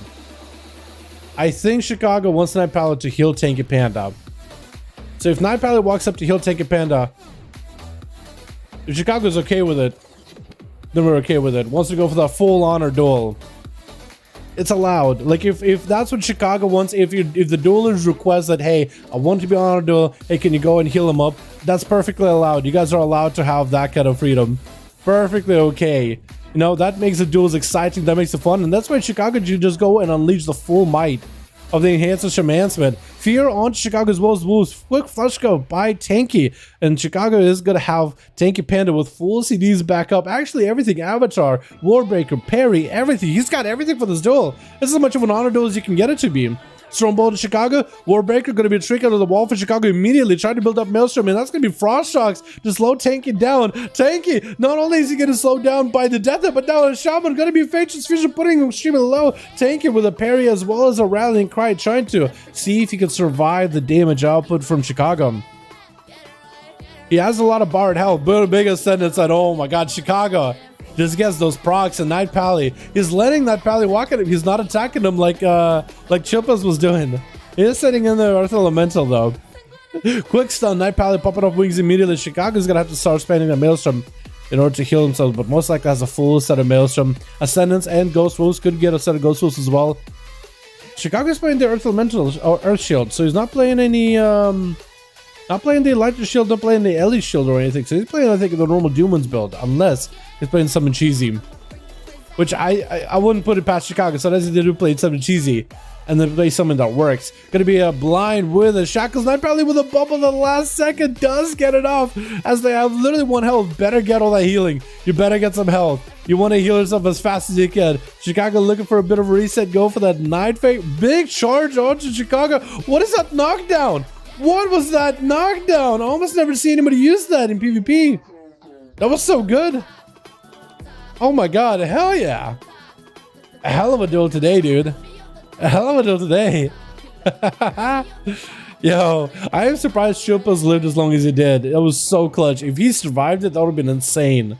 Alrighty, boys, let's get another put running, yeah? How's Shula's group doing? Is Shula, do they have a 5-man? Or did Shula give up? Look at Chilla. Maybe out of 5-man. Chilla, let me know if you got a group. Or if you're just gonna join maybe Mikey or somebody.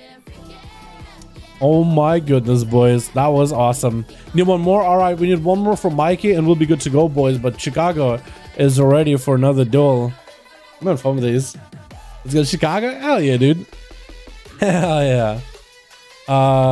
90? I don't think I have 90, right? 80? 81, 82? Yeah. Let's see if we can get closer to 200 for team a day. Clean shaman, clean kill there. Death coil damage, probably healing from mortal strike absorbs. I do want to try the death coil build. I wonder if there gotta be some PvP changes for 9.2, right?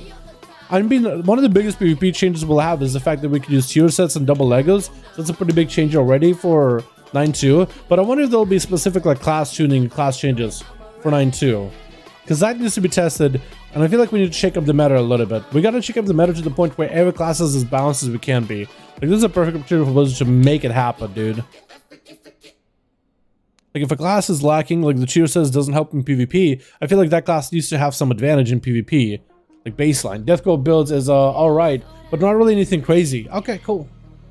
Yeah, I was wondering maybe that could work. I think I saw a few seconds of Pet Kick playing on a Holy DK, and I think he was playing a Death Coil build. It was doing pretty good in the twos he was running, but I also, I don't know like the details of like, is that actually good or not? I just want to try builds, man, you know? I guess that's what I'm really more about, is just trying stuff.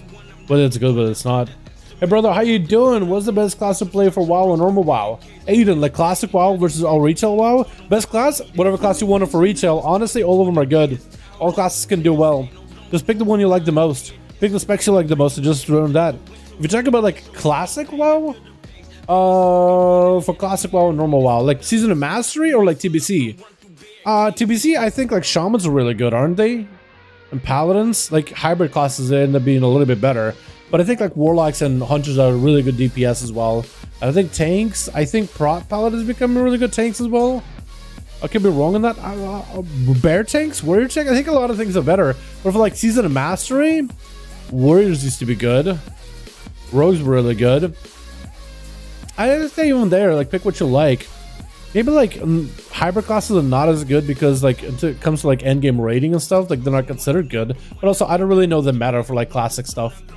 I say just pick whatever class you like, but if you want to be a safer class, picking a non-hybrid is generally, yeah, generally better. A friend of mine has a group. Can you send him a invite to the group? Yeah. What's his real ID? Yo, Mikey, if you let me know what's his real ID, I could add him if he has a 5v5 group. While Hunt's charge. While out of combat, your soul shape becomes teleport because of a charge. Stunning a target 5 seconds. There's no way charge. There's no way it's 5 seconds Chicago, right? In PvP, there's no way it's a 5-second stun, right? You're playing Corsair? You're kidding me. There's no way it's 5 seconds of a stun in PvP, right? It's gotta be like, what, 2, maybe 1, half a second? There's no way, because stunning him for 5 seconds would be insane. Probably not 5, but dude, imagine if that was 5 seconds. A mage with this, the 5-second stun. I like the charge. It is pretty cool though.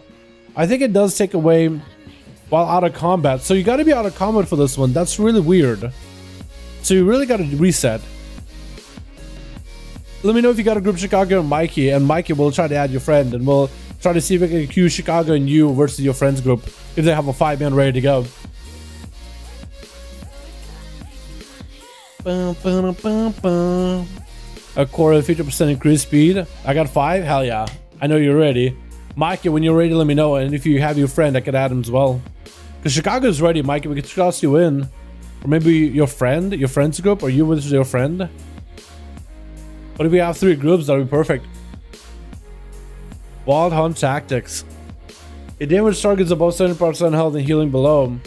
Increased by 10%. When the spell's activated, you gain 50% movement speed. Is it really 15? That's kind of nuts. Wait, that's actually kind of huge. 15% movement speed is pretty nuts. Especially when we're on pillars. We're ready. We got a 5. I am Andrew 6. What's up, Andrew? Yeah, if you guys are ready, I just got to get... are you with Mikey? Are you with Chicago? If you're with Mikey and Chicago, I'll get him up and running soon. Mike is trying to get me to...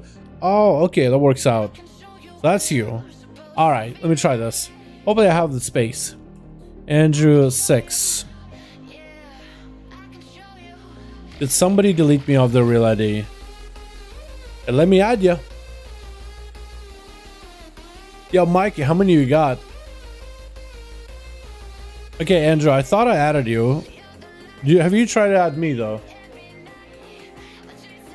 It said friend request sent. But if you added me already, then I don't think you'll be able to receive it.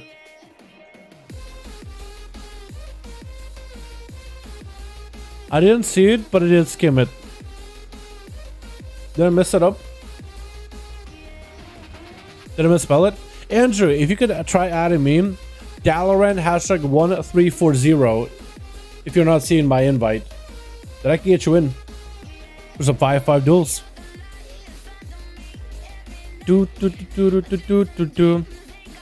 Yo, after the stream, boys, I'm gonna have some sushi.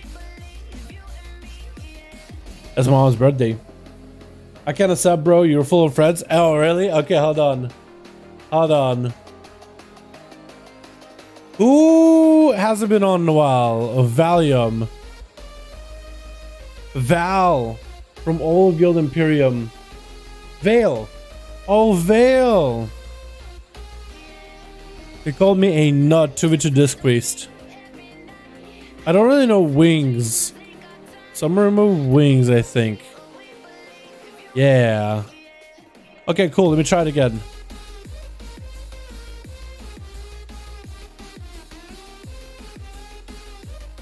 Okay, maybe that'll work this time around. Let's try it. Unless you try to add me just now. Fear Lord. Hey. How you doing? Okay, Andrew, I gotcha.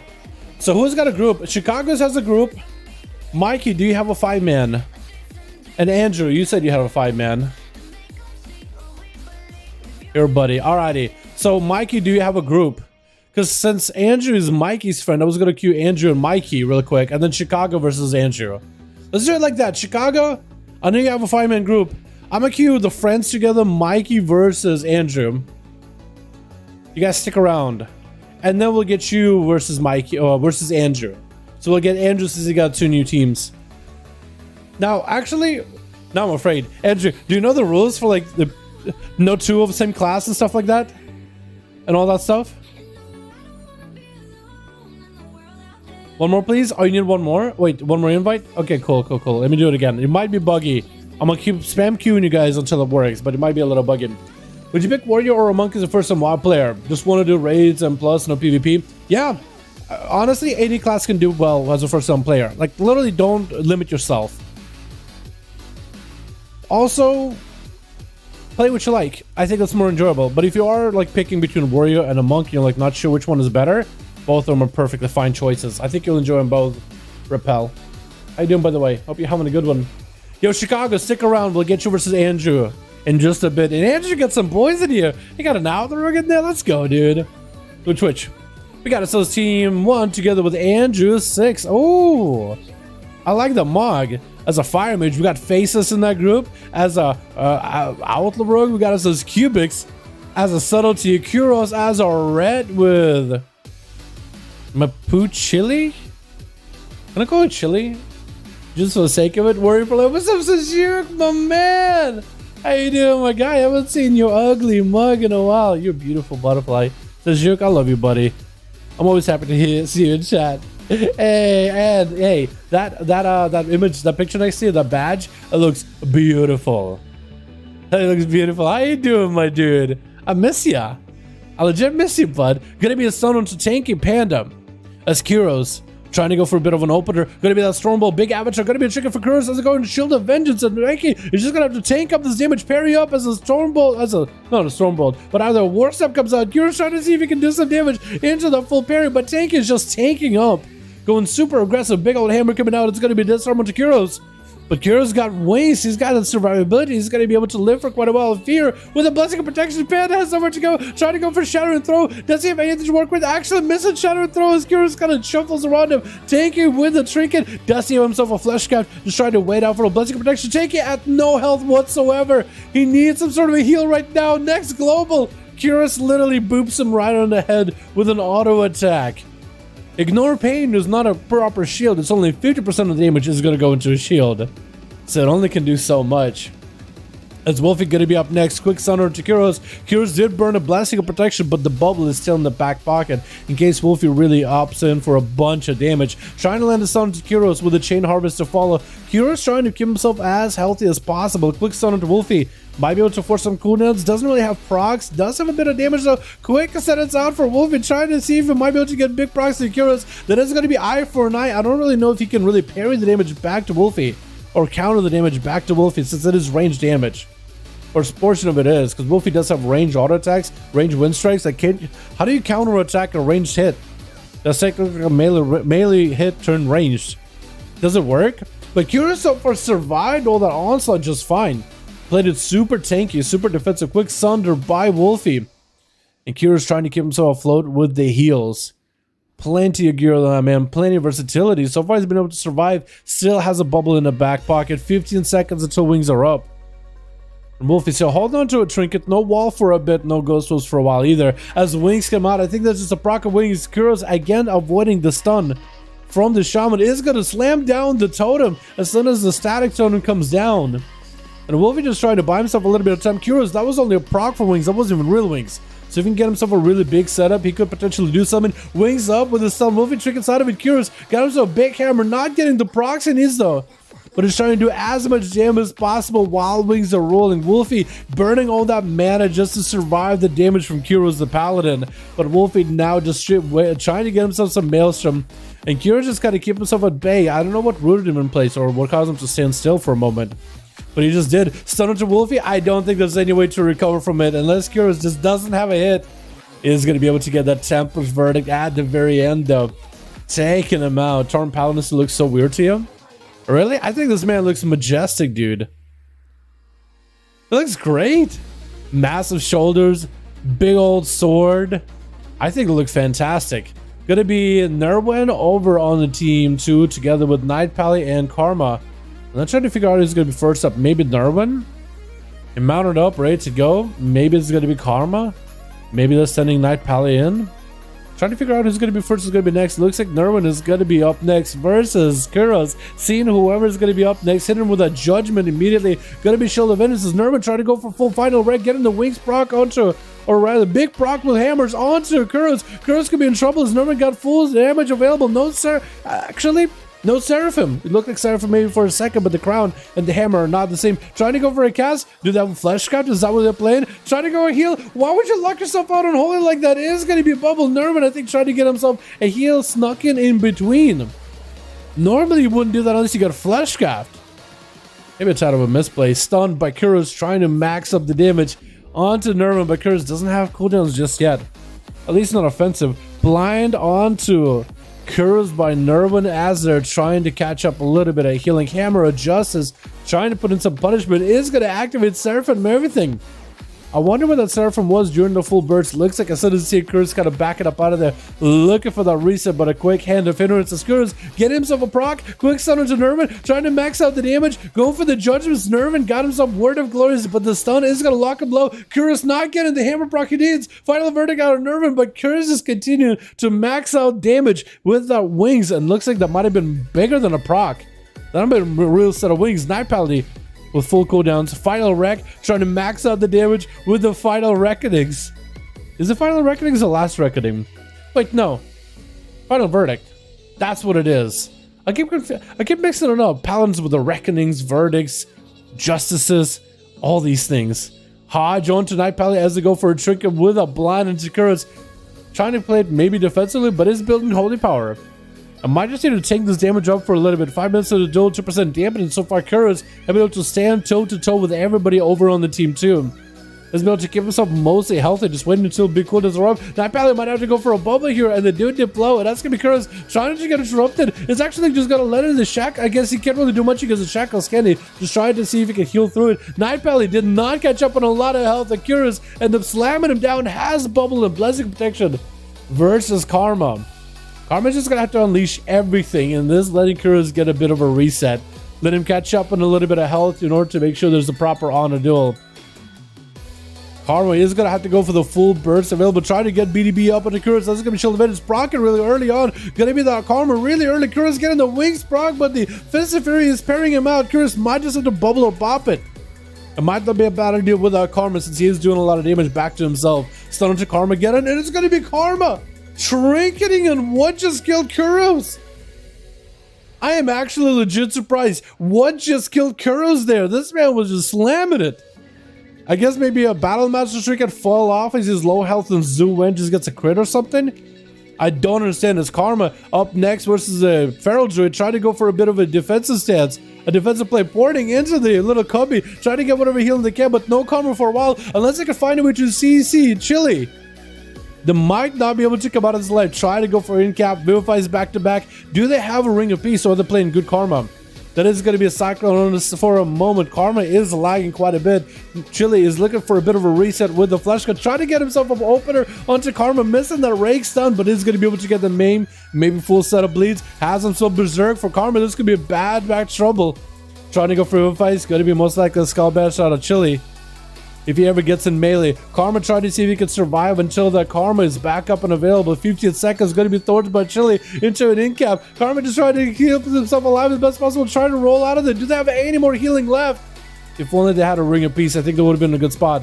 Again, try to vivify. 3 seconds, 2 seconds. Do they get the Karma off? Maybe potentially they need to use it. Karma getting used, and finally they're going to be healthy. Good Karma trying to heal him up as much as possible. Going to be that BDB up as well. Chili got himself full barks, and Karma trying to maximize the damage. Fist of Fear flying as the monk images do join in with a couple of kicks and punches, trying to get himself a little bit of health back up. But Karma is still in a tight spot as Chili just chilling in that bear form, gets a bash to Karma, just going for as much bear damage, and that's going to be an opportunity for him to set up bleeds all over again. Karma might be again in trouble. Skull bash by Chili. Unless you go for flesh cut right now, I think you're done.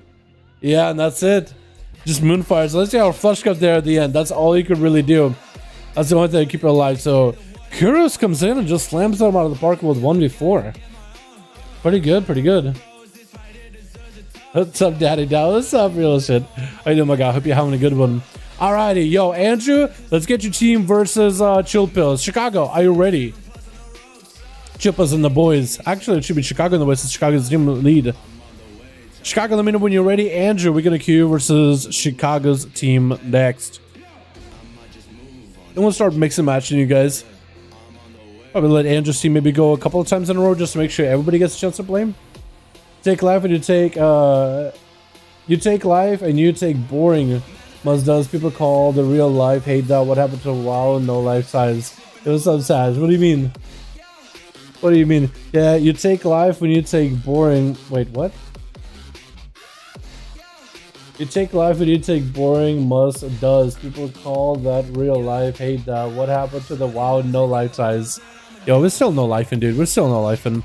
Wait, did I mess up? Oh, I messed up, didn't I? Okay, Chicago. That's what I meant to do. That's what I meant to do. Is this gonna be the Toveron arena? Don't give me that Toveron. Don't give me that toll. Don't give me that Toveron arena, dude. Maybe? Possibly? Dalaran? Did you requeue? Chicago? Andrew? Riku? Yeah, there we go. Yo, Cedric, hopefully having a good one, my guy. Hope you're doing with my man. What's up, dude? Jones, how you doing, my dude? What are you doing, my guy? What are you doing right now? How you doing right now, man? Riku? This guy keeps dying? Okay, I'll give it a sec. I'll give it a second. What are the autumnal requirements? Technically none. Or do you have a place where rules are listed? I do have a place where rules are listed. They are in Discord. If you join our Discord community, link down below in the description of every video and stream. Join our Discord, guys. If you're watching the streams and you're watching the videos regularly, join our Discord. That's probably like the best place to reach me, so you can chat with everybody else in the community, man. That's like the best place to be. Just join our Discord. Toveron should be deleted. I don't hate Toveron, but I just don't like it for the duels, Nick. I don't hate Toveron at all. I just like it for the duels. Chicago, let me know when you're ready. As soon as that one guy in your group stops dying, whatever they're doing. Yeah, we're doing good though. Otherwise, man, Torrent Paladin. Yeah, I think they look great, dude. I think we're fantastic. How can I watch these fights? Yo, Andre, watching the stream, you get to watch the fights. Easy, dude. Easy. But King, we got no autumnal requirements whatsoever. You're more than welcome to join on any character you want to. One to PTR says it's your set, and I got so disappointed because Seraphim turns your own Seraphim to second duration. Athel, they did mention in the blue post that that's not an intended mechanic, and they're trying to fix it. It'll probably be fixed in the next build. Are we in? Looks like it didn't work. Maybe now. I'll go again.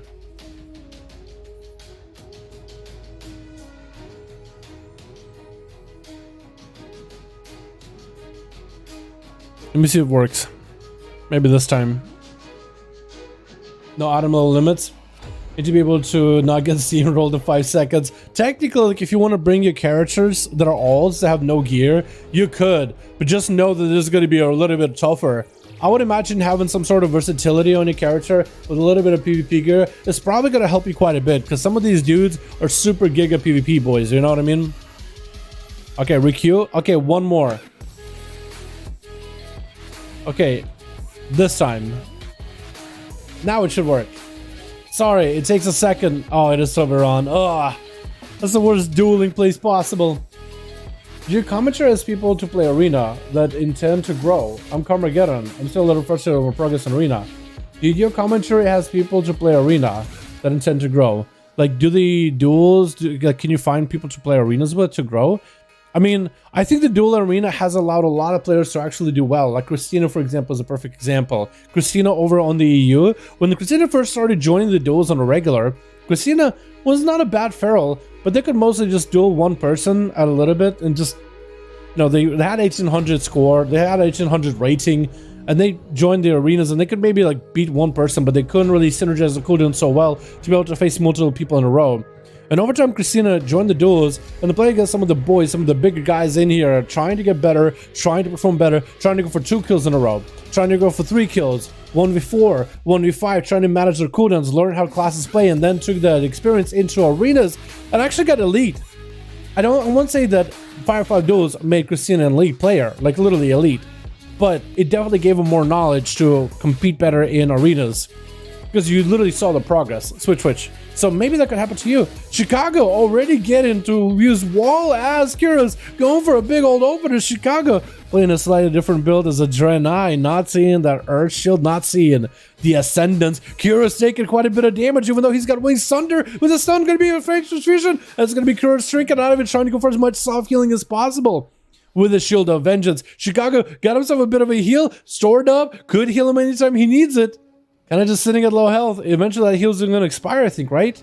There's like literally fireflies all around him. Quick stun with the second SATA fall. Kira started to max out damage. Chicago could go for a heal.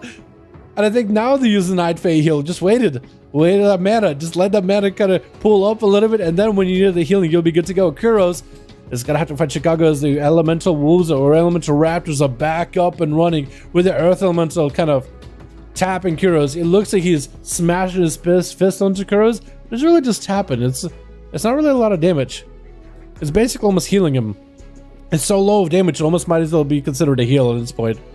I guess if you have like some kind of a passive, maybe like every time you take damage you heal. Yeah, that guy ends up literally healing you. Kuros with a Wings proc is going to try to get some healing off it. Chicago tried to land a stun totem onto Kuros. But the Paladin was pretty nimble on his feet. Was fairly quick. Stun into Chicago, got himself the hammer, but it's not getting the big procs, and Kuros is still a little bit behind on health, even though Chicago is the one who's wolfing it out of there. Kuros is the one who's kind of lowish on health still for now. Chicago just trying to recuperate a little bit of mana. I think that's what Chicago is playing in more defensive, just trying to get some mana back. Kuros charging in on the big old pony. I imagine that horse should actually be like a big old Kodo though, right? I feel like that would be more fitting for a Paladin, because that horse, dude, that's a big old tournament. You gotta break his spine, break his back. I'm not saying you're, I'm calling you fat, just literally big. Literally bigger than, he's so fit, but he's literally bigger than everybody else.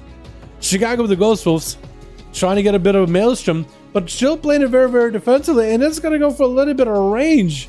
Just trying to use that Soul Shape in order to reset, which is not a bad idea. And it's just trying to stay in Ghost as much as possible, especially since Kuros does have the whole Wings rolling. I think it's not even proc Wings.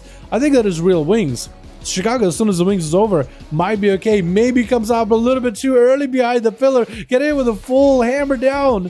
With a hammer of justice, War Sub Chicago is having to go defensive immediately.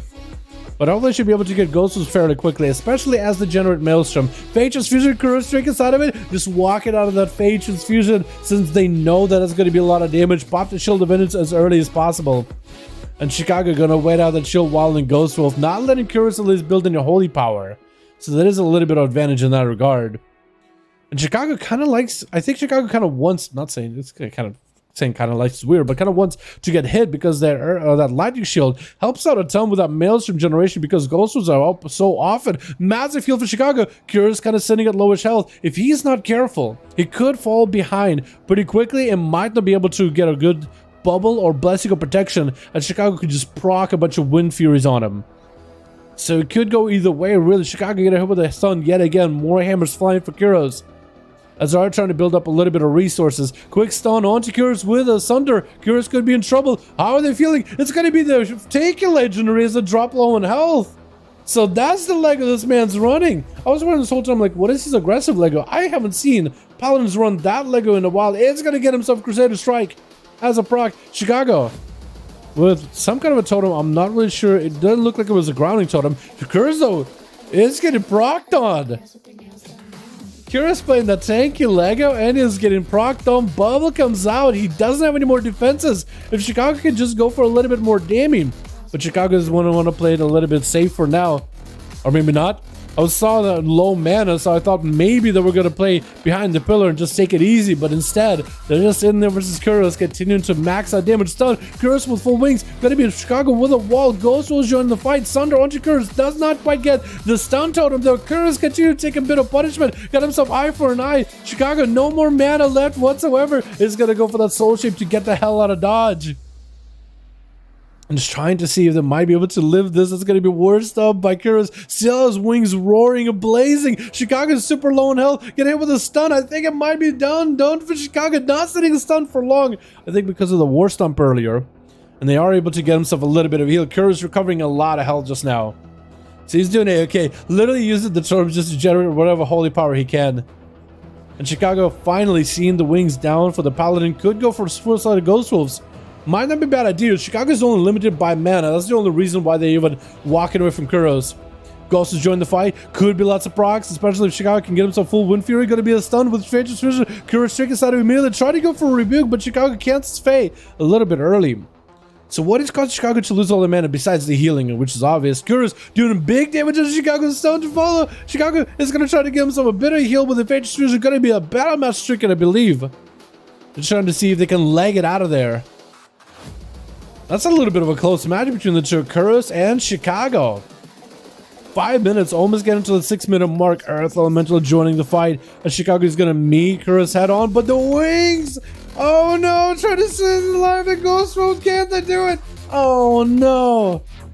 Oh man, Kuros had the proc of wings there, and he has real wings coming up in just 20 more seconds. Our Chorus is going to be up next. Are they going to shift their strategy? Looks like it's going to be a stun as Blessing of Protection comes out for Kuros. Is our Chorus still going to go with a Necromantic Bargain with the Crypt Fever dot from Apocalypse, or is he going to switch out and go for full Army of the Dead? Looks like he just wants to kind of keep Kuros at bay, trying to make sure his pet does not get interrupted. Going to be a missed interrupt by our Chorus, though, and his pet is going to get feared to Guam, with our Chorus having to go for IBF, AMZ, AMS. Might have to call everything, especially the EMS. After Kuros got plenty of damage with those wings. Gonna be, it looks like that Crypt Fever for Kuros, but Kuros actually kills the Mages of the Dead, I think, with a bunch of hammer procs. Or maybe just away the Wake of Ashes. Our Kuros got himself grippy hand. Kuros got no big defenses, but only he's got healing. Hodge onto our Kuros does not sit that Hodge long at all. Stun onto Kuros. Can our Kuros do something about it? Yo, Kuros and our Kuros, those names are just so hard to just like intermingle between each other. Is it just me? Am I the only one? Actually, Kuros, isn't it Kuros? Like extra long ooh.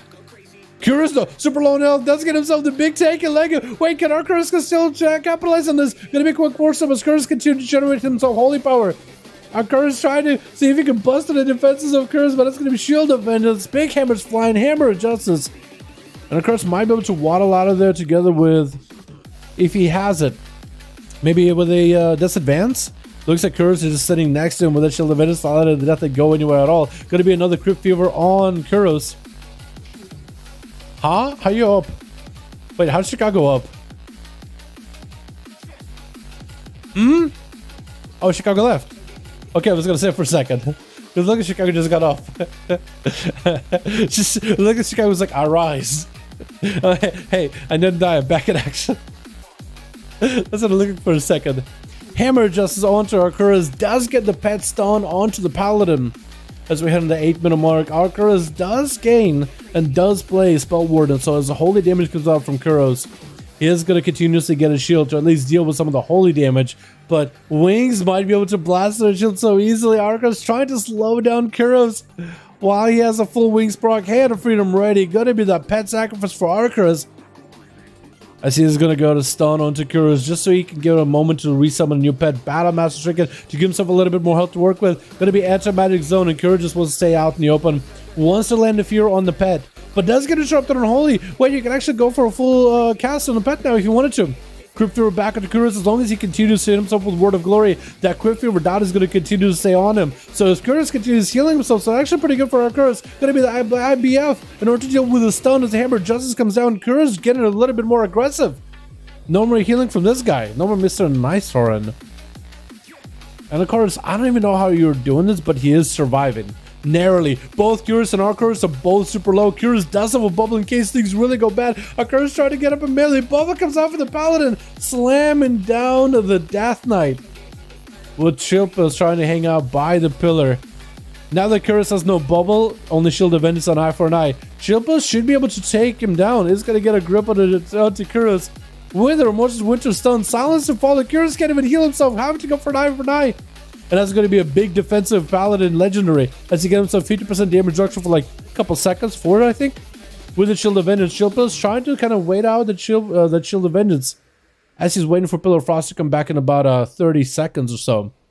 Kuros not getting interrupted just yet, but also trying to juke Chill Pills. Hammer Justice onto the Death Knight. Unless Chill Pills, does he IBF this? I don't think he needs to. I think he's going to be okay for now. He does need to worry about getting runic power and trying just to heal through the damage of Kuros. AMS up for all that holy damage. Is going to go for Death Pact. Trying to grip Kuros in, but still holding on to an interrupt if he needs to. Trying to go for Shadow Meld with the blind to Kuros. Chilpas wants to wait until he has full cooldowns available and maybe wants to chain those cooldowns into the next person after Kuros. You got Cubics, you got Faceless, you got Chili, you got Andrews. So you got a lot of people there. Kuros with a big AoE, trying to slam damage down into Chilpas. IBF is up, stun onto Kuros and the trick inside of it. Kuros though must still be in trouble. Silence has nothing to work with, and Chilpas just have to max out all that damage, dropping down Death Decay onto Cubics, trying to use the Death Strikes in order to maybe get himself a bit of healing, but Cubics not giving him an opportunity. Couple quick eviscerates, taking him out, and takes him out. Duke Nukem is going to be up next. Maybe he's waiting for iFox. Looks like Duke Nukem is going to be the one approaching the duels next. And iFox, I guess, is going to be behind at the back of that group. As Cubics looking to get himself a bit of a better angle. Duke just blinking in, going for a bit of explosive damage. Kind of sticking to the name Duke Nukem, though. Big damage onto the mage, though, as he gets blasted. Full flagellation burst out of Cubics with Shadow Blades and everything. Just went absolutely ham on the mage, trying to go for a little bit of explosive. Gotta be the ultra time in case Duke gets in a bad spot. Cheap shot. It looks like this man doesn't have cauterize. What? Did he get cauterize the first flagellation go? Was that cauterize Icebug there? Wait a second. What was that damage? Huh? I don't understand. I don't really understand, man. Man. On Forge. The Cubics is going to go for a bigger reset. He prices caught. Did it really? With flagellation opener. That's nuts. Cubics is going to eat the traps in the world. All the traps in the world. But it's going to trigger out of the freezing trap where iFox is going to take advantage of the fact there's no more trinket. Hits Cubics with a stun. Going to be that cheap shot into a disarm as Cubics goes in for a reset. There is a poison coursing through his veins, but looks like the poison isn't going to get him out of stealth. I was thinking Chimeric might be able to actually pull him out of stealth, as it is shuffles one poison into the next. But I guess since the poison is just debuffs, it's not enough to like actually take Cubics out of stealth. iFox sitting on top of a flare with some traps ready to go. Cubics wants to go for an opener, gonna be that camo. And Cubics is given an opportunity to at least get some cooldowns back, trying to Phantom Knives iFox if he can, but does dive back into stealth. iFox starting to throw in a random flare, doesn't quite get near Cubics. So now it's just a guessing game of where the other one could be, as we're in that 12-minute mark. With both of the eyes used? Is that what happened? Did iFox pick up both of the eyes that early? So if Cubics is a good opportunity, unless he walks around on top of iFox, Hunter's Mark is going to try to go for cheap shot. Hits the pet instead as a feign death came out. Is still going to go for a big flagellation burst. Also, iFox massive damage on the Cubics. What is this damage cheap shots? This man just saw him for a second and just went it. He just sent it. Oh my goodness. Huh. That's some scary flagellation burst on a sub-rogue. I feel like every sub-rogue is like Kyrian nowadays. I think people forget how good flagellation can be. Nutty. Alright, do we go for another with Andrew? I feel like Andrew the mage himself has not yet got to play. It's only been Cubics that got to play, dude. Literally only been Cubics. Do we got Chicago, Mikey, Andrew? Pretty sure Andrew still has a full team. Let me see what do we have. I want to get a bit of variety though against one another. I want to maybe get Mike in Chicago and then do Mikey versus Andrew afterwards. That's crazy. Break an egg for a random super chat. Good luck, yo, Farmy. Thank you so much, my guy. Appreciate you. Break an egg. Wait, what? Like over my head? For random super chat. That sounds like a great idea. Yeah, it'd be like, hey man, hey boys, big sellout Dal here. Slap an egg on my head. It sounds real uncomfortable sitting here, man. Hey, Dallas Daily community player. Yeah, so community, if you want to join Gunther, I want to call Gunther. If you want to join the Discord community, I'm pretty sure there's somebody out there to play some arenas, my guy. Pretty sure. Feel bad for killing him and Bear 50% yesterday. Yeah, it's kind of nutty. A lot of damn. Yo, so Juke, patch 9.2 looks really fun, by the way. You should check out on PTR. Try some of the tier sets, dude. Also, a lot of you guys don't want to spoil it, but Sejuk, my guy, check out Zereth Mortis. Do the intro to Zereth Mortis. That place looks pretty dope. They put a lot of work into it. I'm excited to see what it's going to look like. I want to go exploring some more, but the first days that I had, I enjoyed my time there for quite a bit. I was just having fun in there for a moment. I like the intro. I like the setup for it. It's pretty cool. At least the early version of it. They're like the early start. Druids and Reds biggest rat 1v1 classes. They are pretty cheesy, aren't they? So Mikey got a group. Does Chicago have a 5?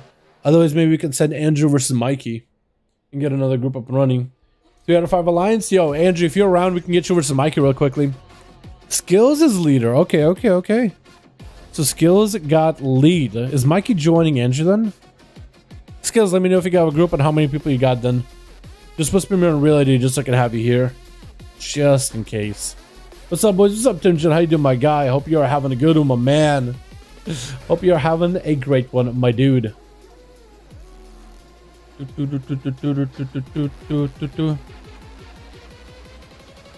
Atho, I think after they fix the tier set for Paladin, what do you think about the 4-piece? Is that, or is it the 2-piece or 4-piece that gives you Seraphim? Got a 5? Let's go, dude.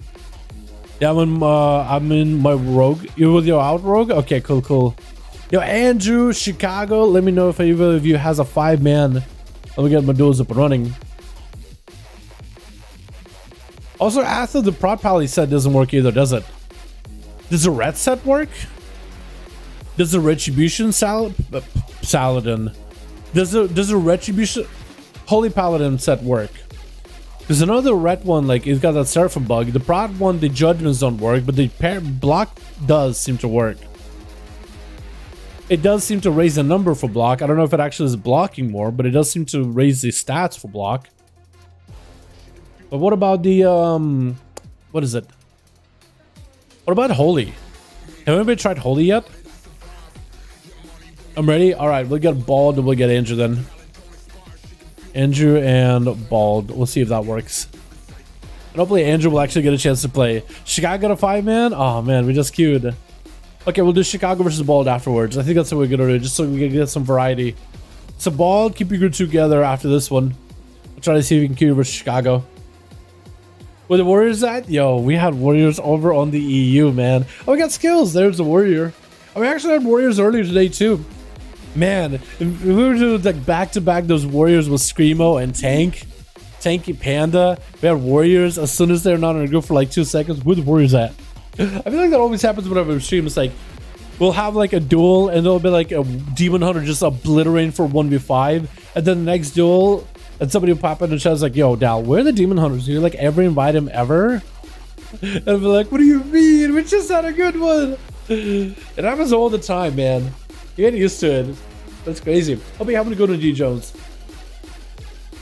We had a lot of good duels over on the EU. There's definitely going to be videos. But we also had Warriors earlier. And hopefully Skills will be able to get himself a chance to play. Yo, we're missing one on team 1. I think we'll still play. But we are missing one, which is unfortunate. Are you guys really sending cubics again? Are you kidding me? You guys are insane if you're sending cubics again. Kuros. Oh, I'm calling them cubics. Oh my goodness, are you guys already dueling? Well, I gotta save that duel, but I'm gonna be late. So Twitch. Carmageddon versus Kuros off the bat. And that's gonna be Karma with a quick end cap. This Kuros just kinda chilling. And it looks like Karma's lagging a little bit, trying to go for the early shackles of malediction, which Kuros is just gonna sit and flash the light through. He doesn't really have anywhere to stop it. Gonna be Karma getting up a melee with Kuros with Shield of Vengeance. We are missing one person over on team 1, but hopefully they'll still get a chance to play either way. Hopefully they'll load in at some point. Karma taking a bit of damage, but Karma, I don't believe they play with the Ring of Peace. Gonna be full trinket as it is full send for cooldowns for Kuros, trying to maximize the damage here. But Karma is gonna have to go for a bit of a reset. Eating a couple of hammers back to back. There's gonna be a bit of a diffused magic just to try to deal with some of the damage that's going out, the holy damage. The non-physical damage that comes out from Kuros. And they don't have dampen harm this time around, so only Karma as the last end defensive, but at least with diffused magic, that cooldown is a lot shorter than dampen harm. We do get a 5th over team 1. Gonna be Karma trying to back up anyone damage they can. Cannot quite reach with Sphere versus Kuros. Is gonna serpent kick towards him with a leg sweep to follow. Trinket by the paladin with a hand of freedom just to keep himself moving. He has himself the big wings proc if he needs to. Stun into Karma get him. His next auto tech is gonna proc wings. Quick in cap. Kuros does not say that in cap long at all as the wind joins in and kind of claws him out of there. Kuros sending in the judgment, just sending it all in. But he's gonna use that wings essentially to kind of just put Carmageddon behind the pillar, get him to back up, using that counter pressure defensively in a way. And also using wings to heal up. Karma really early for Carmageddon. Kuros is gonna back up out of there. He doesn't necessarily need to use any immunities. No bubble, no bob just yet. As Karma trying to create some pressure versus Kuros is gonna go for a flesh cut. Quick interrupt by Kuros. And is that a real set of wings? Hodge onto Carmageddon. Doing a load of the damage. Does Karma have a way out of there? Does not have a port, but he's gonna have himself a dragon kick behind the pillar. Although the paladin is riding his tail, chasing after him. And with Karma having a bit of more of a laggy experience for the duel, I think it's honestly not helping him at all. I think as he's trying to get away from Kuros, Kuros keeps hitting him, even though he feels like he should be behind the pillar and unable to hit him at all. BDB is out for Carmageddon. Got himself diffused magic in case Kuros goes aggressive. That's going to be Shield of Vengeance, which is perfect for diffused magic. Kuros got himself wings rolling. Huge damage out of the both of them. And Kuros is them with a wake of ashes, cleaving him cleanly in two. With Night Pally joining in, Hodge and Kuros, wings available. Stunned back onto Night Pally, chooses to trinket out of it. And Kuros with another set of wings as well. Is that proc wings or real wings this time? Because Night Pally got real wings. I think Kuros got real wings as well. Night Pally's flesh count does get broken pretty quickly. And Kuros is going to bust with a Shield of Vengeance. Is going to land up a healing. Getting himself a heal to deal with some of the Night Pally. Dude, what? Huh? Kuros got hit with a blind. But in his final verdict, he just absolutely decimated Night Pally. Was that like a Temple's verdict? They gave it like a second hit? There's going to be the skills up next as a big old orc. A big old smork. As Kuros trying to see if he can bail away from him. Going to be the shackle taking this paladin on the walk. As skills getting those charges with it executes. Short, medium charges to stay on Kuros. Reflect up in case Kuros goes for a Hodge. But now the Kuros sees it reflect. He knows not to do it. Skills. Does he have a charge? Does he have a leap? Looks like he's just going to let Kuros get himself a reset. What was that? Oh my goodness. I was playing with 250 MS. Yeah, Gunther, I totally feel you. We could literally see the lag. That is super unfortunate that happens. Kuros getting hit with the disarm. Still able to get quite a bit of damage onto skills. Even though he doesn't have a weapon in his hand. Skills will reflect in case there's I guess another Hodge. Right after he got hit with a Hodge. But I guess, he could reflect the judgment. You could reflect one of the paladin spells at some point. One of them has to be a spell, right? Maybe a Hand of Hindrance? Just put up a slow. Curious with a hand of freedom. Skills kind of low in health. He's gonna pop a parry. Maybe you might be able to make something turn around. Warbreaker, but the Hodge comes down. Does skills go down here? Wake of Ash is cleaving him, but he doesn't fall in half just yet. Gonna be a trinket out of Curious. Oh! The Paladin might have overstayed his welcome. As skills with a pure rage of a warrior, just taking him down at no health whatsoever. Is Cubix really just gonna snipe him out with no health? He is! As a rogue! Oh my goodness! Bokak is gonna be up next. Is Bokak the sound that your bird makes? Kind of like, Bokak? Is that what the name is? Or is just his name Bo? Or is this supposed to be something else? Massive damage on the Paladin! Onto the Paladin! Paladin literally had to press bubble as Cubix just unleashed the biggest burst out there. What is this man made of? Is this man just all mastery and versatility? Or all mastery crit 0? Oh!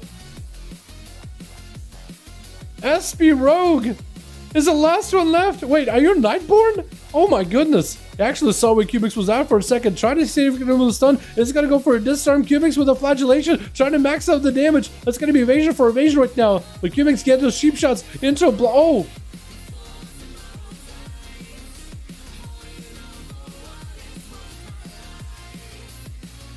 Wow. The burst out of these boys. Cubix with some really scary damage. Even though he only did like 100k APS, he bursted pretty hard on the Paladin and pretty hard on that Rogue. I did like the Rogue's Mog. I didn't get to peep it, but SP Rogue looked pretty cool. What is this team made of? I had no heals, low skills. You just kept savaging that man. Huge executes. No honor? True. No honor. That is true. My goodness. Oh my god. Wait, so you were the Rogue, right? That was you? That was your Mog? That looked awesome. Nightborn with the Outrogue Ventier Mog? Let's go. Why still no honor? Yo, we'll get you for Chicago. How does that sound? Bald and Chicago. Man. As it should be. Bow down to the real alpha male. My goodness. Oh my goodness. Jesus. Yeah, that's crazy. Then again, for Rogue, like, do you really expect an auto duel? It is a Rogue, dude. It is my people. Hook point. I love that arena. I love the way this arena looks. I feel like one of the best things that came out from Battle for Azeroth is the Hook point arena. I love the looks. I feel like it has good line of sight. Like, it plays pretty well. I don't have a lot of things that I hate about this arena at all. So I kind of love it, not gonna lie. What do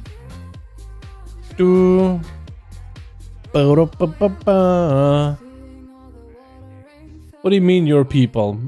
My people, the rogues, the scoundrels, the thieves, the goons, goobers. The biggest goobers of this video game, man. That's my people. It is the worst thing that came in BFA, not the best. What? Why do you, what's that you dislike about Hook Point, Kreiser? What is it you dislike about it? Switch. Bro, it has a guy that announces the duels. Look at him. Look at that. He got the Kraken. He got the Serpent. He got like the 2D models of citizens that look gorgeous. You know what I mean? Like, look how polished they are. Look the shoulders, man. What is there to hate about this arena? Chicago's just, I mean, the Chicago. Kreiser's just a hater. Nightbelly, oh! I was just talking to Kreiser. He was like, he hates this arena from BFA. And I was like, what's that you dislike? What is Chill Pills doing? Chill Pills, stop! Stop! Let the boy get a stop. What are you doing to him? Karma, you're probably dead. Oh my goodness, Chill Pills! Somebody stop this man, he's on a massacre! That's not the first time I was just talking to somebody in chat or doing something and then bam, somebody's just unleashing the biggest bomb you've ever seen. That is the burst. And Chip is just running in there. Just absolutely splitting these boys in half. My goodness. I mean, this is literally like a market where they like, I guess, have fish and chickens and more or less a slaughterhouse. But Chill Pills, man, he's just giving this port slaughterhouse area like a whole nother meaning. Gonna be remorseless winter stacking up at Chill Pills, gets a blinder to skills, and that's gonna be so obliterates flying his skills, trick inside it with a Stormbolt to follow, has cooldowns of his own if he wants to use them, has a Warbreaker, gonna be a flash scout. It looks like Chill Pills did not have an interrupt available for it. I don't know what you tried to interrupt earlier with the skills. He tried to interrupt something, maybe just accidentally hit it. My goodness. Oh my Jesus. Chill Pills actually, wait, did you just death coil? You just set a death coil at skills as a Frost Death Knight? You goober. You goober. How hard does that even hit for? I can't anymore. Yeah. Yeah, that's a lot of damage there, man. That was a lot of hits. Skills going in for the big old Warbreaker, has a parry onto Chill Pills if he wants to get a defensive, but that's going to be Skill just blowing bubbles at Chill Pills, and Chill Pills hits him with that chain of ice. Skill just walking away, trying to back up out of the parry. It's Chill Pills forcing out the defenses out of Skills. Eventually Skills is going to have to get himself a big old avatar. Looks like he wants to reset with the avatar, get himself a Blade Storm, but I think he's playing the Tormented Kings Lego. I think he was literally able to get himself avatar through Tormented Kings. So Blade Storm activated avatar. I think he has real avatar later. Unless you just combine them together. Does he? Am I wrong or am I wrong? Oh, maybe that was actual avatar. Maybe that was real. Wait, maybe that was avatar. Oh, he does play Tormented Kings Lego. Now that's a Blade Storm. So last one was just avatar the game of Blade Storm. That's what it was. So you still got avatar Blade Storm either way. Gonna be banner out for skills. Stun onto the warrior though. And Chill Pills just decimated him with obliterates. It took him like 2 seconds. And he's just yoinking Bokak up next as Bokak has to go for a bubble immediately, trying to throw down a final rank, but I think he's actually missing it. He does slam down the Kevin Slime, the Chill Pills drops in. He beats up the slime pretty good. Going to be a flesh cut for Chill Pills. The Bokak try to get him melee, maybe get a rebuke. No more bubble for this paladin though, so he is in big trouble. And Chill Pills just hits him with a chain of ice. Look at his pony just waddling. Bokak with no health whatsoever, needs a heal, but Chill Pills just stakes him out. And Aspie Rogue gonna be up next with a big old roll the bones. Chill Pills does get to hit him with a little bit of their Mortal Switch. A Cloak Shadow's up for Aspie Rogue really early. A Chill Pills still landing in obliterates. I think that might have been the evasion. No evasion for Aspie Rogue just yet. Got himself Flagellation Burst, trying to max out the finishers onto Chill Pills with Flagellation, which is a really good combo for Outlaws. But as the Chain of Ice hits him, he decides, you know what, I'm gonna back up out of there. Go for a bit of a reset. As he gets finishers into that pet though, he can actually get some flagellation damage on Chill Pills, even though he's not next to him. Chain of Ice on a Rogue. I don't really know how the Rogue is going to get out of here. He is definitely going to have to save the banish for a good opportunity. Got himself a kidney shot on Chill Pills with an evasion, so maybe might not want to use evasion while you're stunning him. But either way, that is a good defensive to use either way, as it is going to give you extra master hits. And also that survivability. Chill Pills getting hit with a gouge, as that was a killing spree out of the Rogue, and the cooldown reduction allowing Aspie Rogue to just grapple around all over the place. He does have very short CDs on a lot of his defensives and utility abilities, catching himself a restyle, but Chill Pills catches them in a Remorseless Winter. Aspie Rogue better be aware of the stun. That's going to be blind into a stun as a disarm hits Chill Pills. Good disarm, but obliterates it coming through. Kidney shot on Chill Pills, and Aspie decides he's going to vanish out of there. He needs to go for a clean reset if he's going to go for vanish like that. Chill Pills with a death back, so he's going to be okay. Aspie still has a Frost Fever on him for a bit. He's going to have to land the sap onto Chill Pills. Looks like he's waddling at him way too quickly. He's going to reposition behind the pillar instead.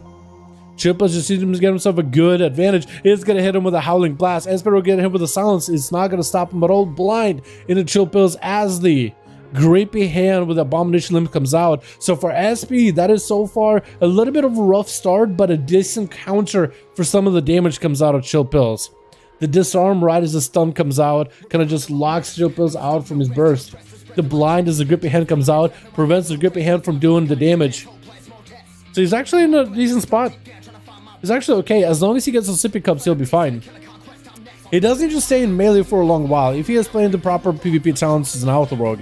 So he wants to kind of stay in combat, stacking up his mastery. Flagellation is up. Maybe he can get some big damage out of it. Disarm on Chill Pills as he's trying to get him some more Winter. Cloak Shadow is up for the Rogue, so he's avoiding any kind of stuns whatsoever. Chill Pills with an AMS for that Flagellation is able to immune a portion of that damage, but that AMS is going to be broken through. Stun onto SP with a couple of obliterates. Does end up taking him out. Yo, Chill Pills just came in and just unleashed the full burst of Frost. in some of the fastest duels of 5v5 I have ever seen in a while. Chill Pills is learning about part waffles now. Yeah, it's so a lot of damn there, man. Just insane. 1,000 MS to get it way down. Gotta wait to get it down. Yeah, Gunther, that is gonna be pretty rough. Easy through a district rogue, spell it down. Easy throw and distract rogue, spell it down. You mean the start there, Chrysler? It is. I was pretty distracted, and I'm sad that I missed a good portion of that Chill Pills burst in there. But yeah, it's kind of crazy. This is probably gonna be a vid. Most likely, Derek. Yeah, it's a short one, but it's probably gonna be a vid. Child of the Mid Frost DK completely freezes the entire team. That's not a bad idea, actually. Something along those lines, yeah, I could work with it. Alrighty, Chill Pills, or Chicago rather, Team Chicago. Are you going versus Andrews next, or versus Bald again? I think I gotta throw you guys against Andrews now. Andrew 6, do you guys have a group? 1V5, is he a hacker? Yeah, he's hacking. He's hacking away at the boys with the big old obliterates, chopping them up. 21 tier list. I might just have to make one and pin in Discord. This man needs to chill down. I like that. I like that. Idal's shirt is tripping. Is mine? Oh, it is. Oh, I didn't realize it. Oh, okay. So this shirt is blue. I didn't realize my camera would pick it up as green. Yeah, might be, boys. I didn't even realize. I literally didn't even look at the cam when I started to stream up. Chicago got 5. Andrew got 5. Okay, we'll do Andrew with Chicago since those guys had such a good go. Andrew 6 and Chicago. Get you guys back up in there again. Another chance. Another round. Robodrome. We haven't seen this arena in a while. I guess the next one will be the Kyrian one, right? That man couldn't teach me a single thing, and I would never recommend Party Waffles or any FDK. Ooh, throwing shade. Let's be chill. Let's be respectful, right? Don't need to be tattletaling about anybody, chat. Okay, don't do it. Just keep it cool. I don't like drama. We don't need drama. Just keep it cool, chat. Just keep it cool. You know. Hello, what's up, Ghost Prop? How you doing, my guy? It's green at the bottom, you can too. Yeah, because it's blue and the green screen is green, and I guess it looks at it, sees it's parts of it is green, like certain pixels. Not much you can do about it. So we're just gonna try to ignore the shirt. I mean, if you guys want me, I can take the shirt off. Like, we just do the stream shirtless. I don't think you want to see that, but worse or worse, if you really hate the shirt, we could just do it shirtless. You know, we could just be sitting here naked, streaming. You know, shade thrown. Alrighty, boys, let's get another up and running. These boys are already charging in, I'm afraid. So Twitch. Looks like it is going to be team 2, team 1 together with Chili. Oh, yeah, you guys want to get down from there. No, don't stay up there. Yeah, come down, because otherwise you guys are going to get zapped up. Yeah, don't stand there. Yeah, come down. Faces. Yeah, be careful. Yeah, just chill out somewhere over there. You guys are fine over there. Yeah, okay. Yeah, well, this arena, it's always ends up being kind of weird. Chill Pills, no, come down. Oh, he's going to die. Chicago's also going to die as they're fighting Chili. I feel like we just have to worry about everybody. Like, even the guys that are fighting in the middle, I was more afraid for the guys that were just sitting in the start. That's the problem with this arena for the duels. Like, most people just want to stay and just chill at the start. It just needs to yeet you out, kind of like how Dalaran does, instead of zapping you. But instead, like, they decided to make an arena that if you try to stay in there, you just kind of get stuck and then you die. Chili taking a bit of damage, got himself into bear form, and I believe Chili is playing as a Necrolord. About a bit of damage onto Chicago as the health bar for Chicago is not looking all that good. Thinking about half his health, got himself some heals here and there, but really lacking that mana at the moment. The Earth Elemental is providing a little bit extra bolster to the health and the defenses, but Chili, he's got a little bit better survivability, a little bit better healing. I don't even know if he spends mana whenever he gets his Fear Grows. Does he? I guess those are friends of Regen too. Chicago unleashing full ascendance. Chili without wall. Is that a bark skin as well? No bark just yet. Has himself thorns. And that's going to be big damage on Chicago with a massive bind, capitalizing on the biggest damage ever. That was a rough one with Ark going to be up next. As on a Holy Death Knight.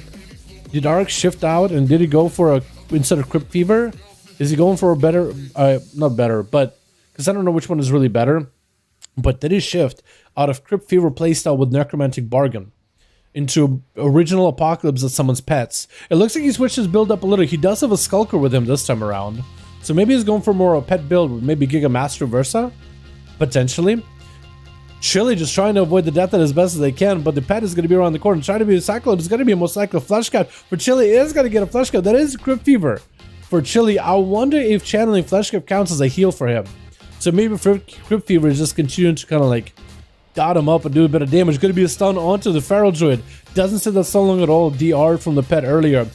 As the Feral leaps in with a Skull Bash towards Arc. Arc with that AMS just trying to tank up a bit of that damage, but those bleeds are really starting to ramp up. IBF as well as Lichborn rolling in to get himself a little bit of health survivability. Chile is getting kind of lowish on health. As long as they don't hit regrowth too early, they won't get a Crypt Fever buff on him. Looks like maybe they'll reset Crypt Fever though, as they go for a Feral Frenzy. But while this is in bear form, this should be a-okay. Is going to have the Swarm accidentally go to the Mages, and the Mages dies, and Chile actually loses their Swarm, I think.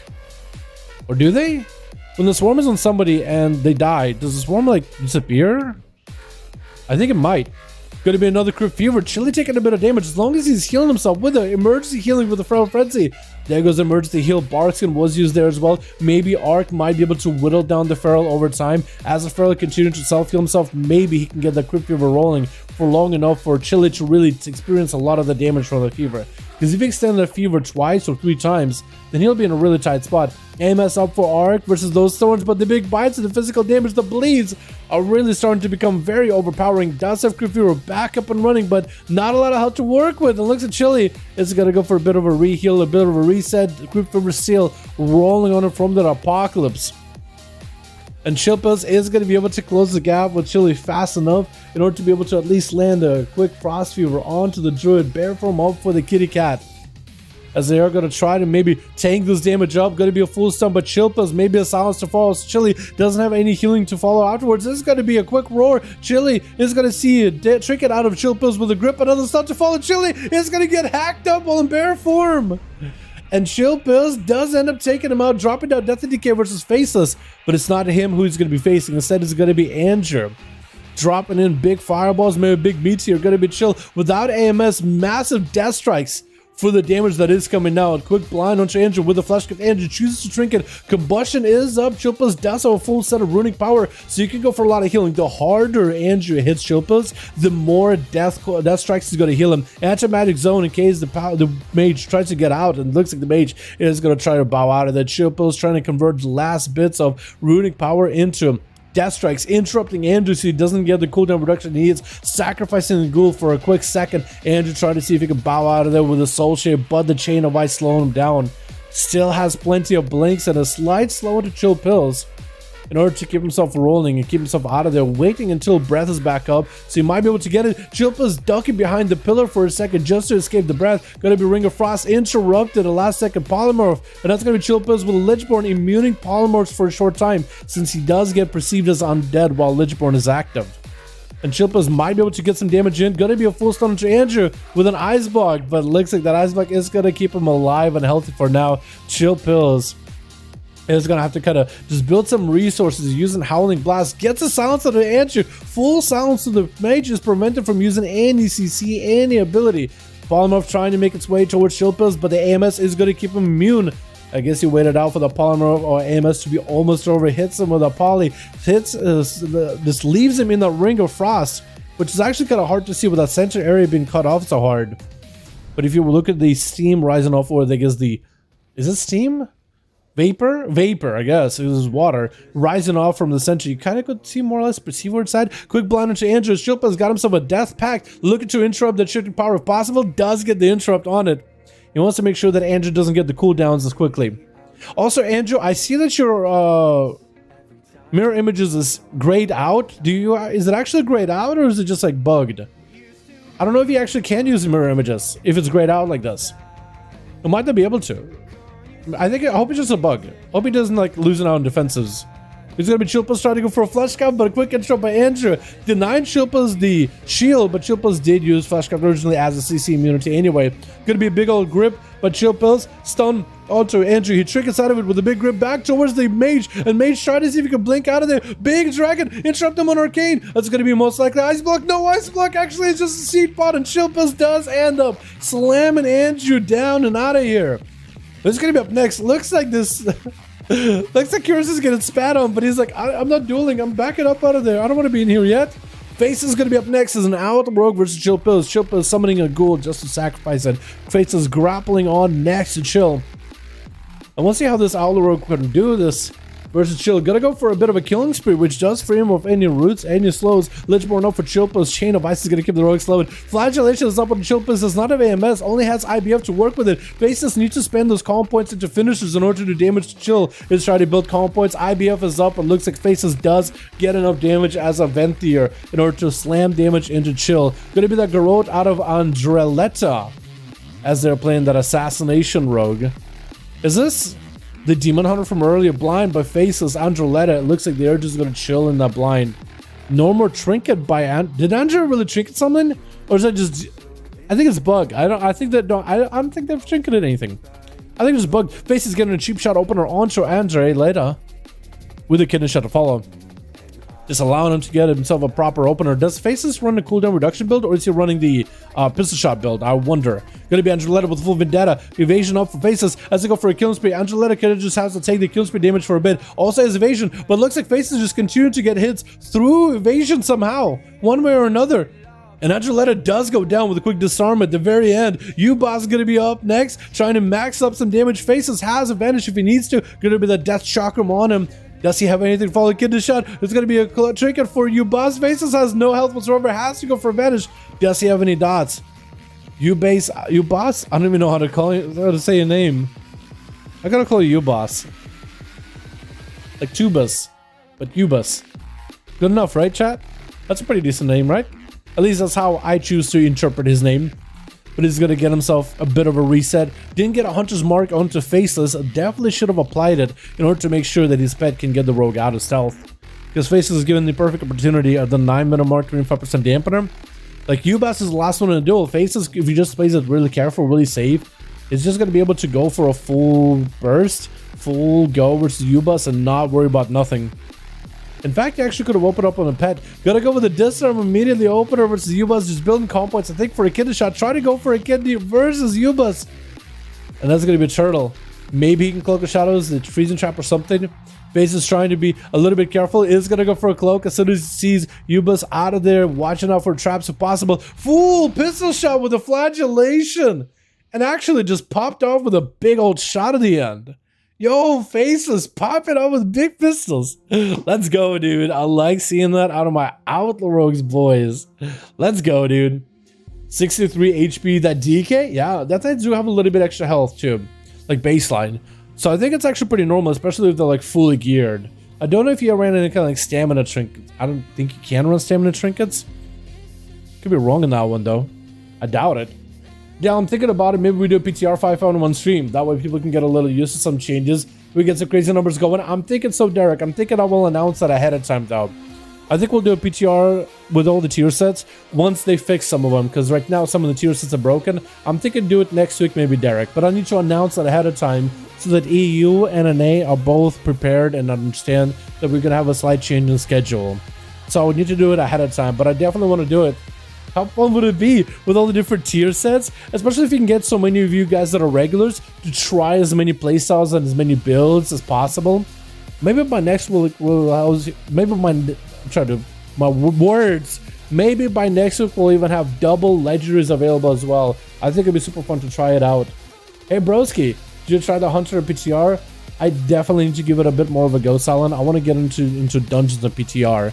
Once you get some dungeon footage and dungeon testing, I think I could do the Hunter video.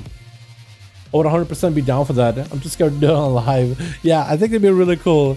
Like how some of these tier sets are going to look like when it comes to new people, new faces. Andrew got a group. Mikey got 5 people in a new group. Let's do Andrew real quick versus Mikey. Since we got groups together here. Mikey, wow, and Andrew.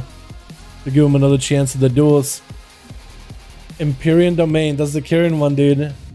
I mean, this might be the last duel. We'll see how I'm feeling after this one. I'm pretty sure part of the 4 arenas got farmed in. I'm sure party members leave 4 arenas he got farmed in. Yeah? Oh no. It's wild. Pretty wild, yeah. What's up, Kirill? Zdorova, как дела? Kirill, здорово, друг. Wait, hold on. What's their full name? Kirill Akhtimov. Akhtimov? I don't know how to say it properly in Russian. I think it's Akhtimov. It's the letter A, the letter H, then T, then E, then M, then O, then V. And the Akh, it wouldn't be like the letter H, like in English, like Hector, or sometimes silent. It would be Akhtimov, like we'll just say it out as the letters are. That'd be pretty cool though. Yeah, this might be the last one for the night, boys. And then after this, I'm gonna take it easy. Oh, we're missing somebody on team 2. Hopefully they'll still be able to get in. Oh, there we are. Now we're good. Did I save that last one? I hope I did. I enjoyed that duel a lot, actually. Yeah, boys, you're getting that close to 200 for NA. I like it. I like it a lot. Oh, please wait. Please wait. Oh, okay. Oh, I like that. I like this scene right here. Just looking at the arena from this angle. I think it looks awesome. Alrighty. Which? We got ourselves Reverence over on the team 2, and Reverence is gonna have to meet Andrew. Reverence, weren't you Alliance before? You are an Orc this time around. Andrew, dropping down big damage without combustion, without anything, but just with a single rune of power, actually putting some pressure into Reverence for a second there. Was starting to necrotic out a little bit of his health. Andrew's activating images. And Reverence looking for a better angle versus the mage, trying to see if he can get a good angle. Did already use a what's it called, mortar coil. Is not going to be able to use it here. Big combustion up for Andrew, locking out Reverence and Shadow. Reverence could be in a bad spot. Andrew trying not to get any cast off, so the Felguard cannot silence him. Gonna be the Tyrant off of the stand. Andrew does have himself all the time, so he's doing okay. He doesn't have to worry about his health too much. Reverence tried to go for a big Decimator Bolt. Andrew's health does get reset though. If only Reverence got himself Decimator Bolt while Andrew's health was low, he would have had a huge hit. Decimator Bolt is up. Maybe big damage. Andrew's looks like he's lagging a little. He kind of just stopped. Oh, that's unfortunate. I think this man might have lagged. Yeah, he actually DC'd. Did he get DC'd to a fear? That is really unfortunate just now. That was really unfortunate. Yeah, that duel shouldn't have went the way it did, but yeah. What can you really do about it? That's actually super sad. Gonna be a trinket for Reverence as Cubics goes in for full damage trinkets. Vanish used really early. I think he's just trying to get an all-in versus Reverence, and that's exactly what he's doing. Full flagellations up, Shadow Step next to him. The pet is nowhere nearby. Does the pet go for a stun? Oh, Cubics taking him out. Before the Felguard figured out what happened, disconnected. I'm so sorry about the Andrews. Yeah, we saw it at the very end. That is real unfortunate, man. Sorry about that. Mad Max is going to be up next, though. I think we'll try to keep these duels going, though.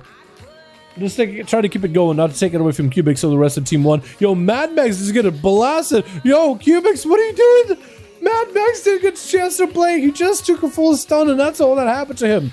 Espero going to be up next. Disarmament to Cubics. That's going to be a kidney shot to follow. That's Flagellations up for SP. Evasion for evasion. Cubics trying to avoid as much damage as he can from SP. Actually, no, SP has an evasion just yet. You could wait for it. Blood into Cubics. Cubics no longer has a trinket. And SP is going to have to go for a reset versus Cubics. Could maybe go for a proper sap. Oh, reset for the both of them. Cubics gets back in combat. Maybe Cubics can be the one to get an opener onto SP, landing that kidney shot. No trinket for the out rogue as Cubics just sinking in the Shadow Strikes back to back, getting himself decent damage in. The Hunter, yeah, I don't know what happened there, but that guy came in, just walked up, the rogue just got an opener on him, and that's it. It's super unfortunate. SP trying to go for a bit of a setup with that kidney shot. Going to be a disarm for Cubics, and SP, all he can do is pistol shot at him. Cloaker Shadow's up for whatever damage Cubics throws out. Quick disarm onto the sub-rogue. Killing spree out by the out rogue. Getting meaningful damage into Cubics. And that's going to be kidney shot locked in. And that's going to be SP. No way out of there. I think Cubics has him with that eviscerate. What is this damage that Cubics got going on, dude? His burst has got, it's just insane. Night Pally gonna land a Hodge. The Cubics should be able to take him out unless Cubics somehow survives it. I'll be surprised. Cloaker Shadow's Cubics just ignoring all the magic damage, trying to door Shadows out of there. Oh, Night Pally not letting him escape. Makes sure to slam him down with a hammer. Not letting him go anywhere. And Night Pally looking for, I was gonna say reset, but not really. He said he just gotta waiting for an opener, rather. Gonna be a disarm onto the Paladin pretty early on. His Faceless gets a kidney shot. It's gonna be Shield of Vengeance as well as a Flash Gift on Night Paladin. Faceless is gonna take a bit of damage from the Flash Gift, eats it to the face, but trying to go for a bit of damage of his own. Flagellation is up, just trying to max out damage with Night Paladin with a pistol shot at the end. What was that shot? Oh my goodness, he just gunned him down. Central dropping down a final reg, but not quite catching Faceless. What was that pistol shot, boys? My goodness, what are these rogues on team 1 with Andrew? Andrew, where'd you get these rogues? You got the sub rogue with the biggest damage. You got the out rogue with the biggest gat. Jesus Christ. My goodness, you got yourself the best assassin the world has ever seen. And then rogue with just the biggest gun. Gonna be a hammer Justice Faces, not choosing to trinket it just yet, as Central trying to get himself the Seraphim. He has the hammer ready to go. Faces with an evasion. Worst up real quick for Central. Kidney shot reversal by the rogue. Looking to maybe fish him out. A big pistol shot proc to follow. Just continuing to send guns over at Central with a gouge right after, as he's going for a full reset. That kidney shot into a gouge. Just continuing the chain CCs. Faces does catch himself a bit of a reset. Maybe has Flagellation back up. If he has Flagellation back, he could go for a really big burst. Interrupted Central Unholy is not going to be able to do enough damage to be able to lock him out of bubble. Forcing out a trinket out of Central, though, with a blind to follow. And actually, Paladin -1 defensive. Or -1 ability to get out of CC. Which I guess can be a defensive if you break out of the stuns. So Faces could potentially make some work off of this. Is going to get himself a slice and dice.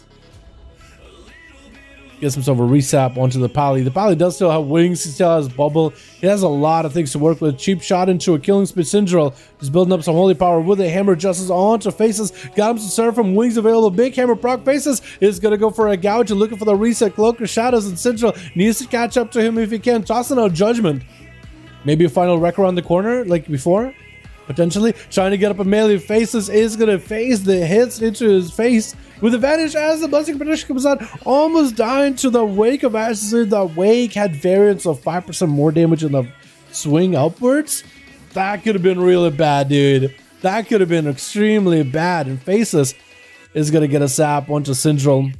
Syndrome's still holding onto a bubble, so he's okay, but a lot of the wings damage is out. Faces, if he has evasion, he might be able to stand toe-to-toe with Syndrome, trinket out of the next Hodge, and might be able to force a bubble, but looks like the rogue is going to have to play it very, very carefully. 6 minutes in this duel. Can this rogue do it, or is Syndrome going to be able to slap the rogue out of there? Faces standing next to the Paladin. He could go for a interrupt as soon as the flash of light comes out. Gonna get that cheap shot as the Pally picks up the eye is going to be maybe a kidney shot to follow. Has evasion for this. Going to be a Hodge in a trinket. Central, but Shield of Vengeance actually burns out really quickly. Faces wants to go for those finishes back-to-back while Flagellation is up. Next interrupt could have been bad. Central decides, you know what, casting the heal. And it's like, wait, making a mistake right here. I'm just going to go for a bubble. Not going to finish this cast. I cannot let this rogue get an interrupt on me. Blind on the reset. Central got wings in a little bit. Trinket back up and running very soon. Faces might be down in his luck, might be down in his cooldowns, and Central has a hammer of justice. Because he got himself Wake of Ashes. Faces better be extra careful. Wants to go for another vanish. No trinket for a while. I don't think he's going to have evasion up for a bit too. He better pre-feint any burst out of Central if he can. He better pre-feint it. Quick disarm. Central not going to commit damage here. Was a short war stomp. Killing spree! And I think Central just maybe was taking a sweet time trying to build up holy power. That killing spree just kind of killed him. I'm a little surprised, actually. I'm a little bit surprised. I thought it was going to last a little bit longer, honestly. But there it was. Well, that's a hell of a duel, I guess. What's up, Reverence? I'm Alliance. This is my alt. Oh, okay. Well, that's pretty cool. Sorry, Blizzard disconnected me. Yeah, it's all good, Andrew. Yeah, that's unfortunate, my guy. That is unforged. I think we're going to call it here, boys. We're going to call the duels here. Thank you so much for joining. Yo, Andrew6. Hopefully, we'll see you and the boys more often in these duels. We do them Friday on EU, 5 to 7 p.m. East Coast. And Saturday for NA. Andrew, more than welcome to join in. More than welcome to get more groups in the future. Bald, Chicago, Mikey, boys. Thank you so much for putting groups together. Because we're actually killing people. I know, right? That's been a while since that happened. But thank you boys so much for joining. One more please, yeah, Reverence. I would, boys. But it's my mom's birthday, man. I can't be streaming all day, dude. There's sushi, hanging out with my mom, you know what I mean? I gotta take care of family, dude, you know?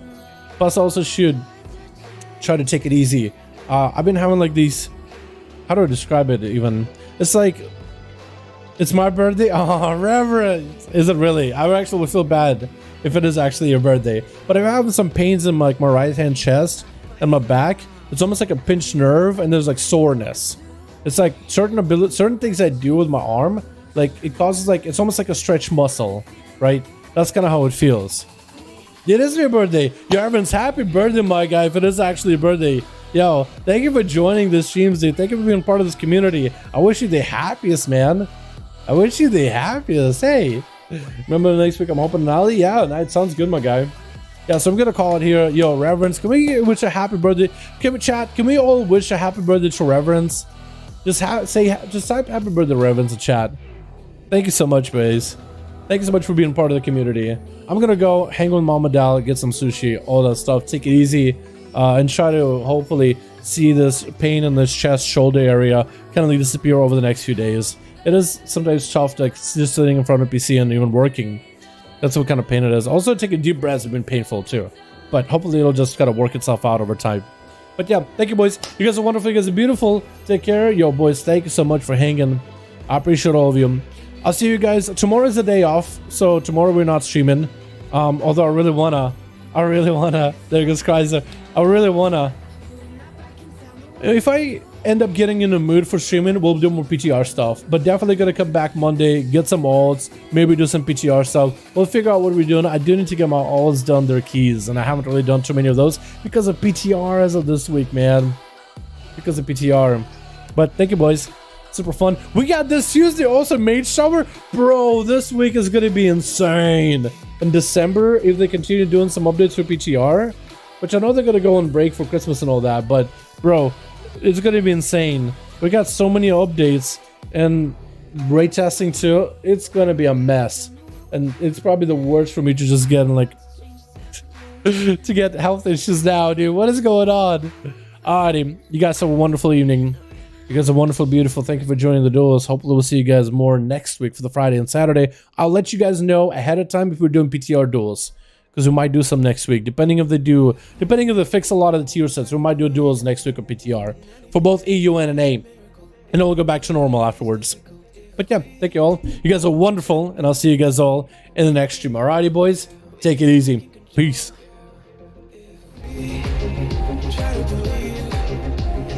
Greater than a miracle, it wouldn't be this difficult if we try to be a negative goal. Yeah, we could be taking control. Yeah, negative goal. Yeah, we could be taking control. Yeah, negative goal. Yeah, we could be taking control. Yeah, negative goal. Yeah, we could be taking control. Yeah, negative goal. Yeah, we could be taking control. Yeah.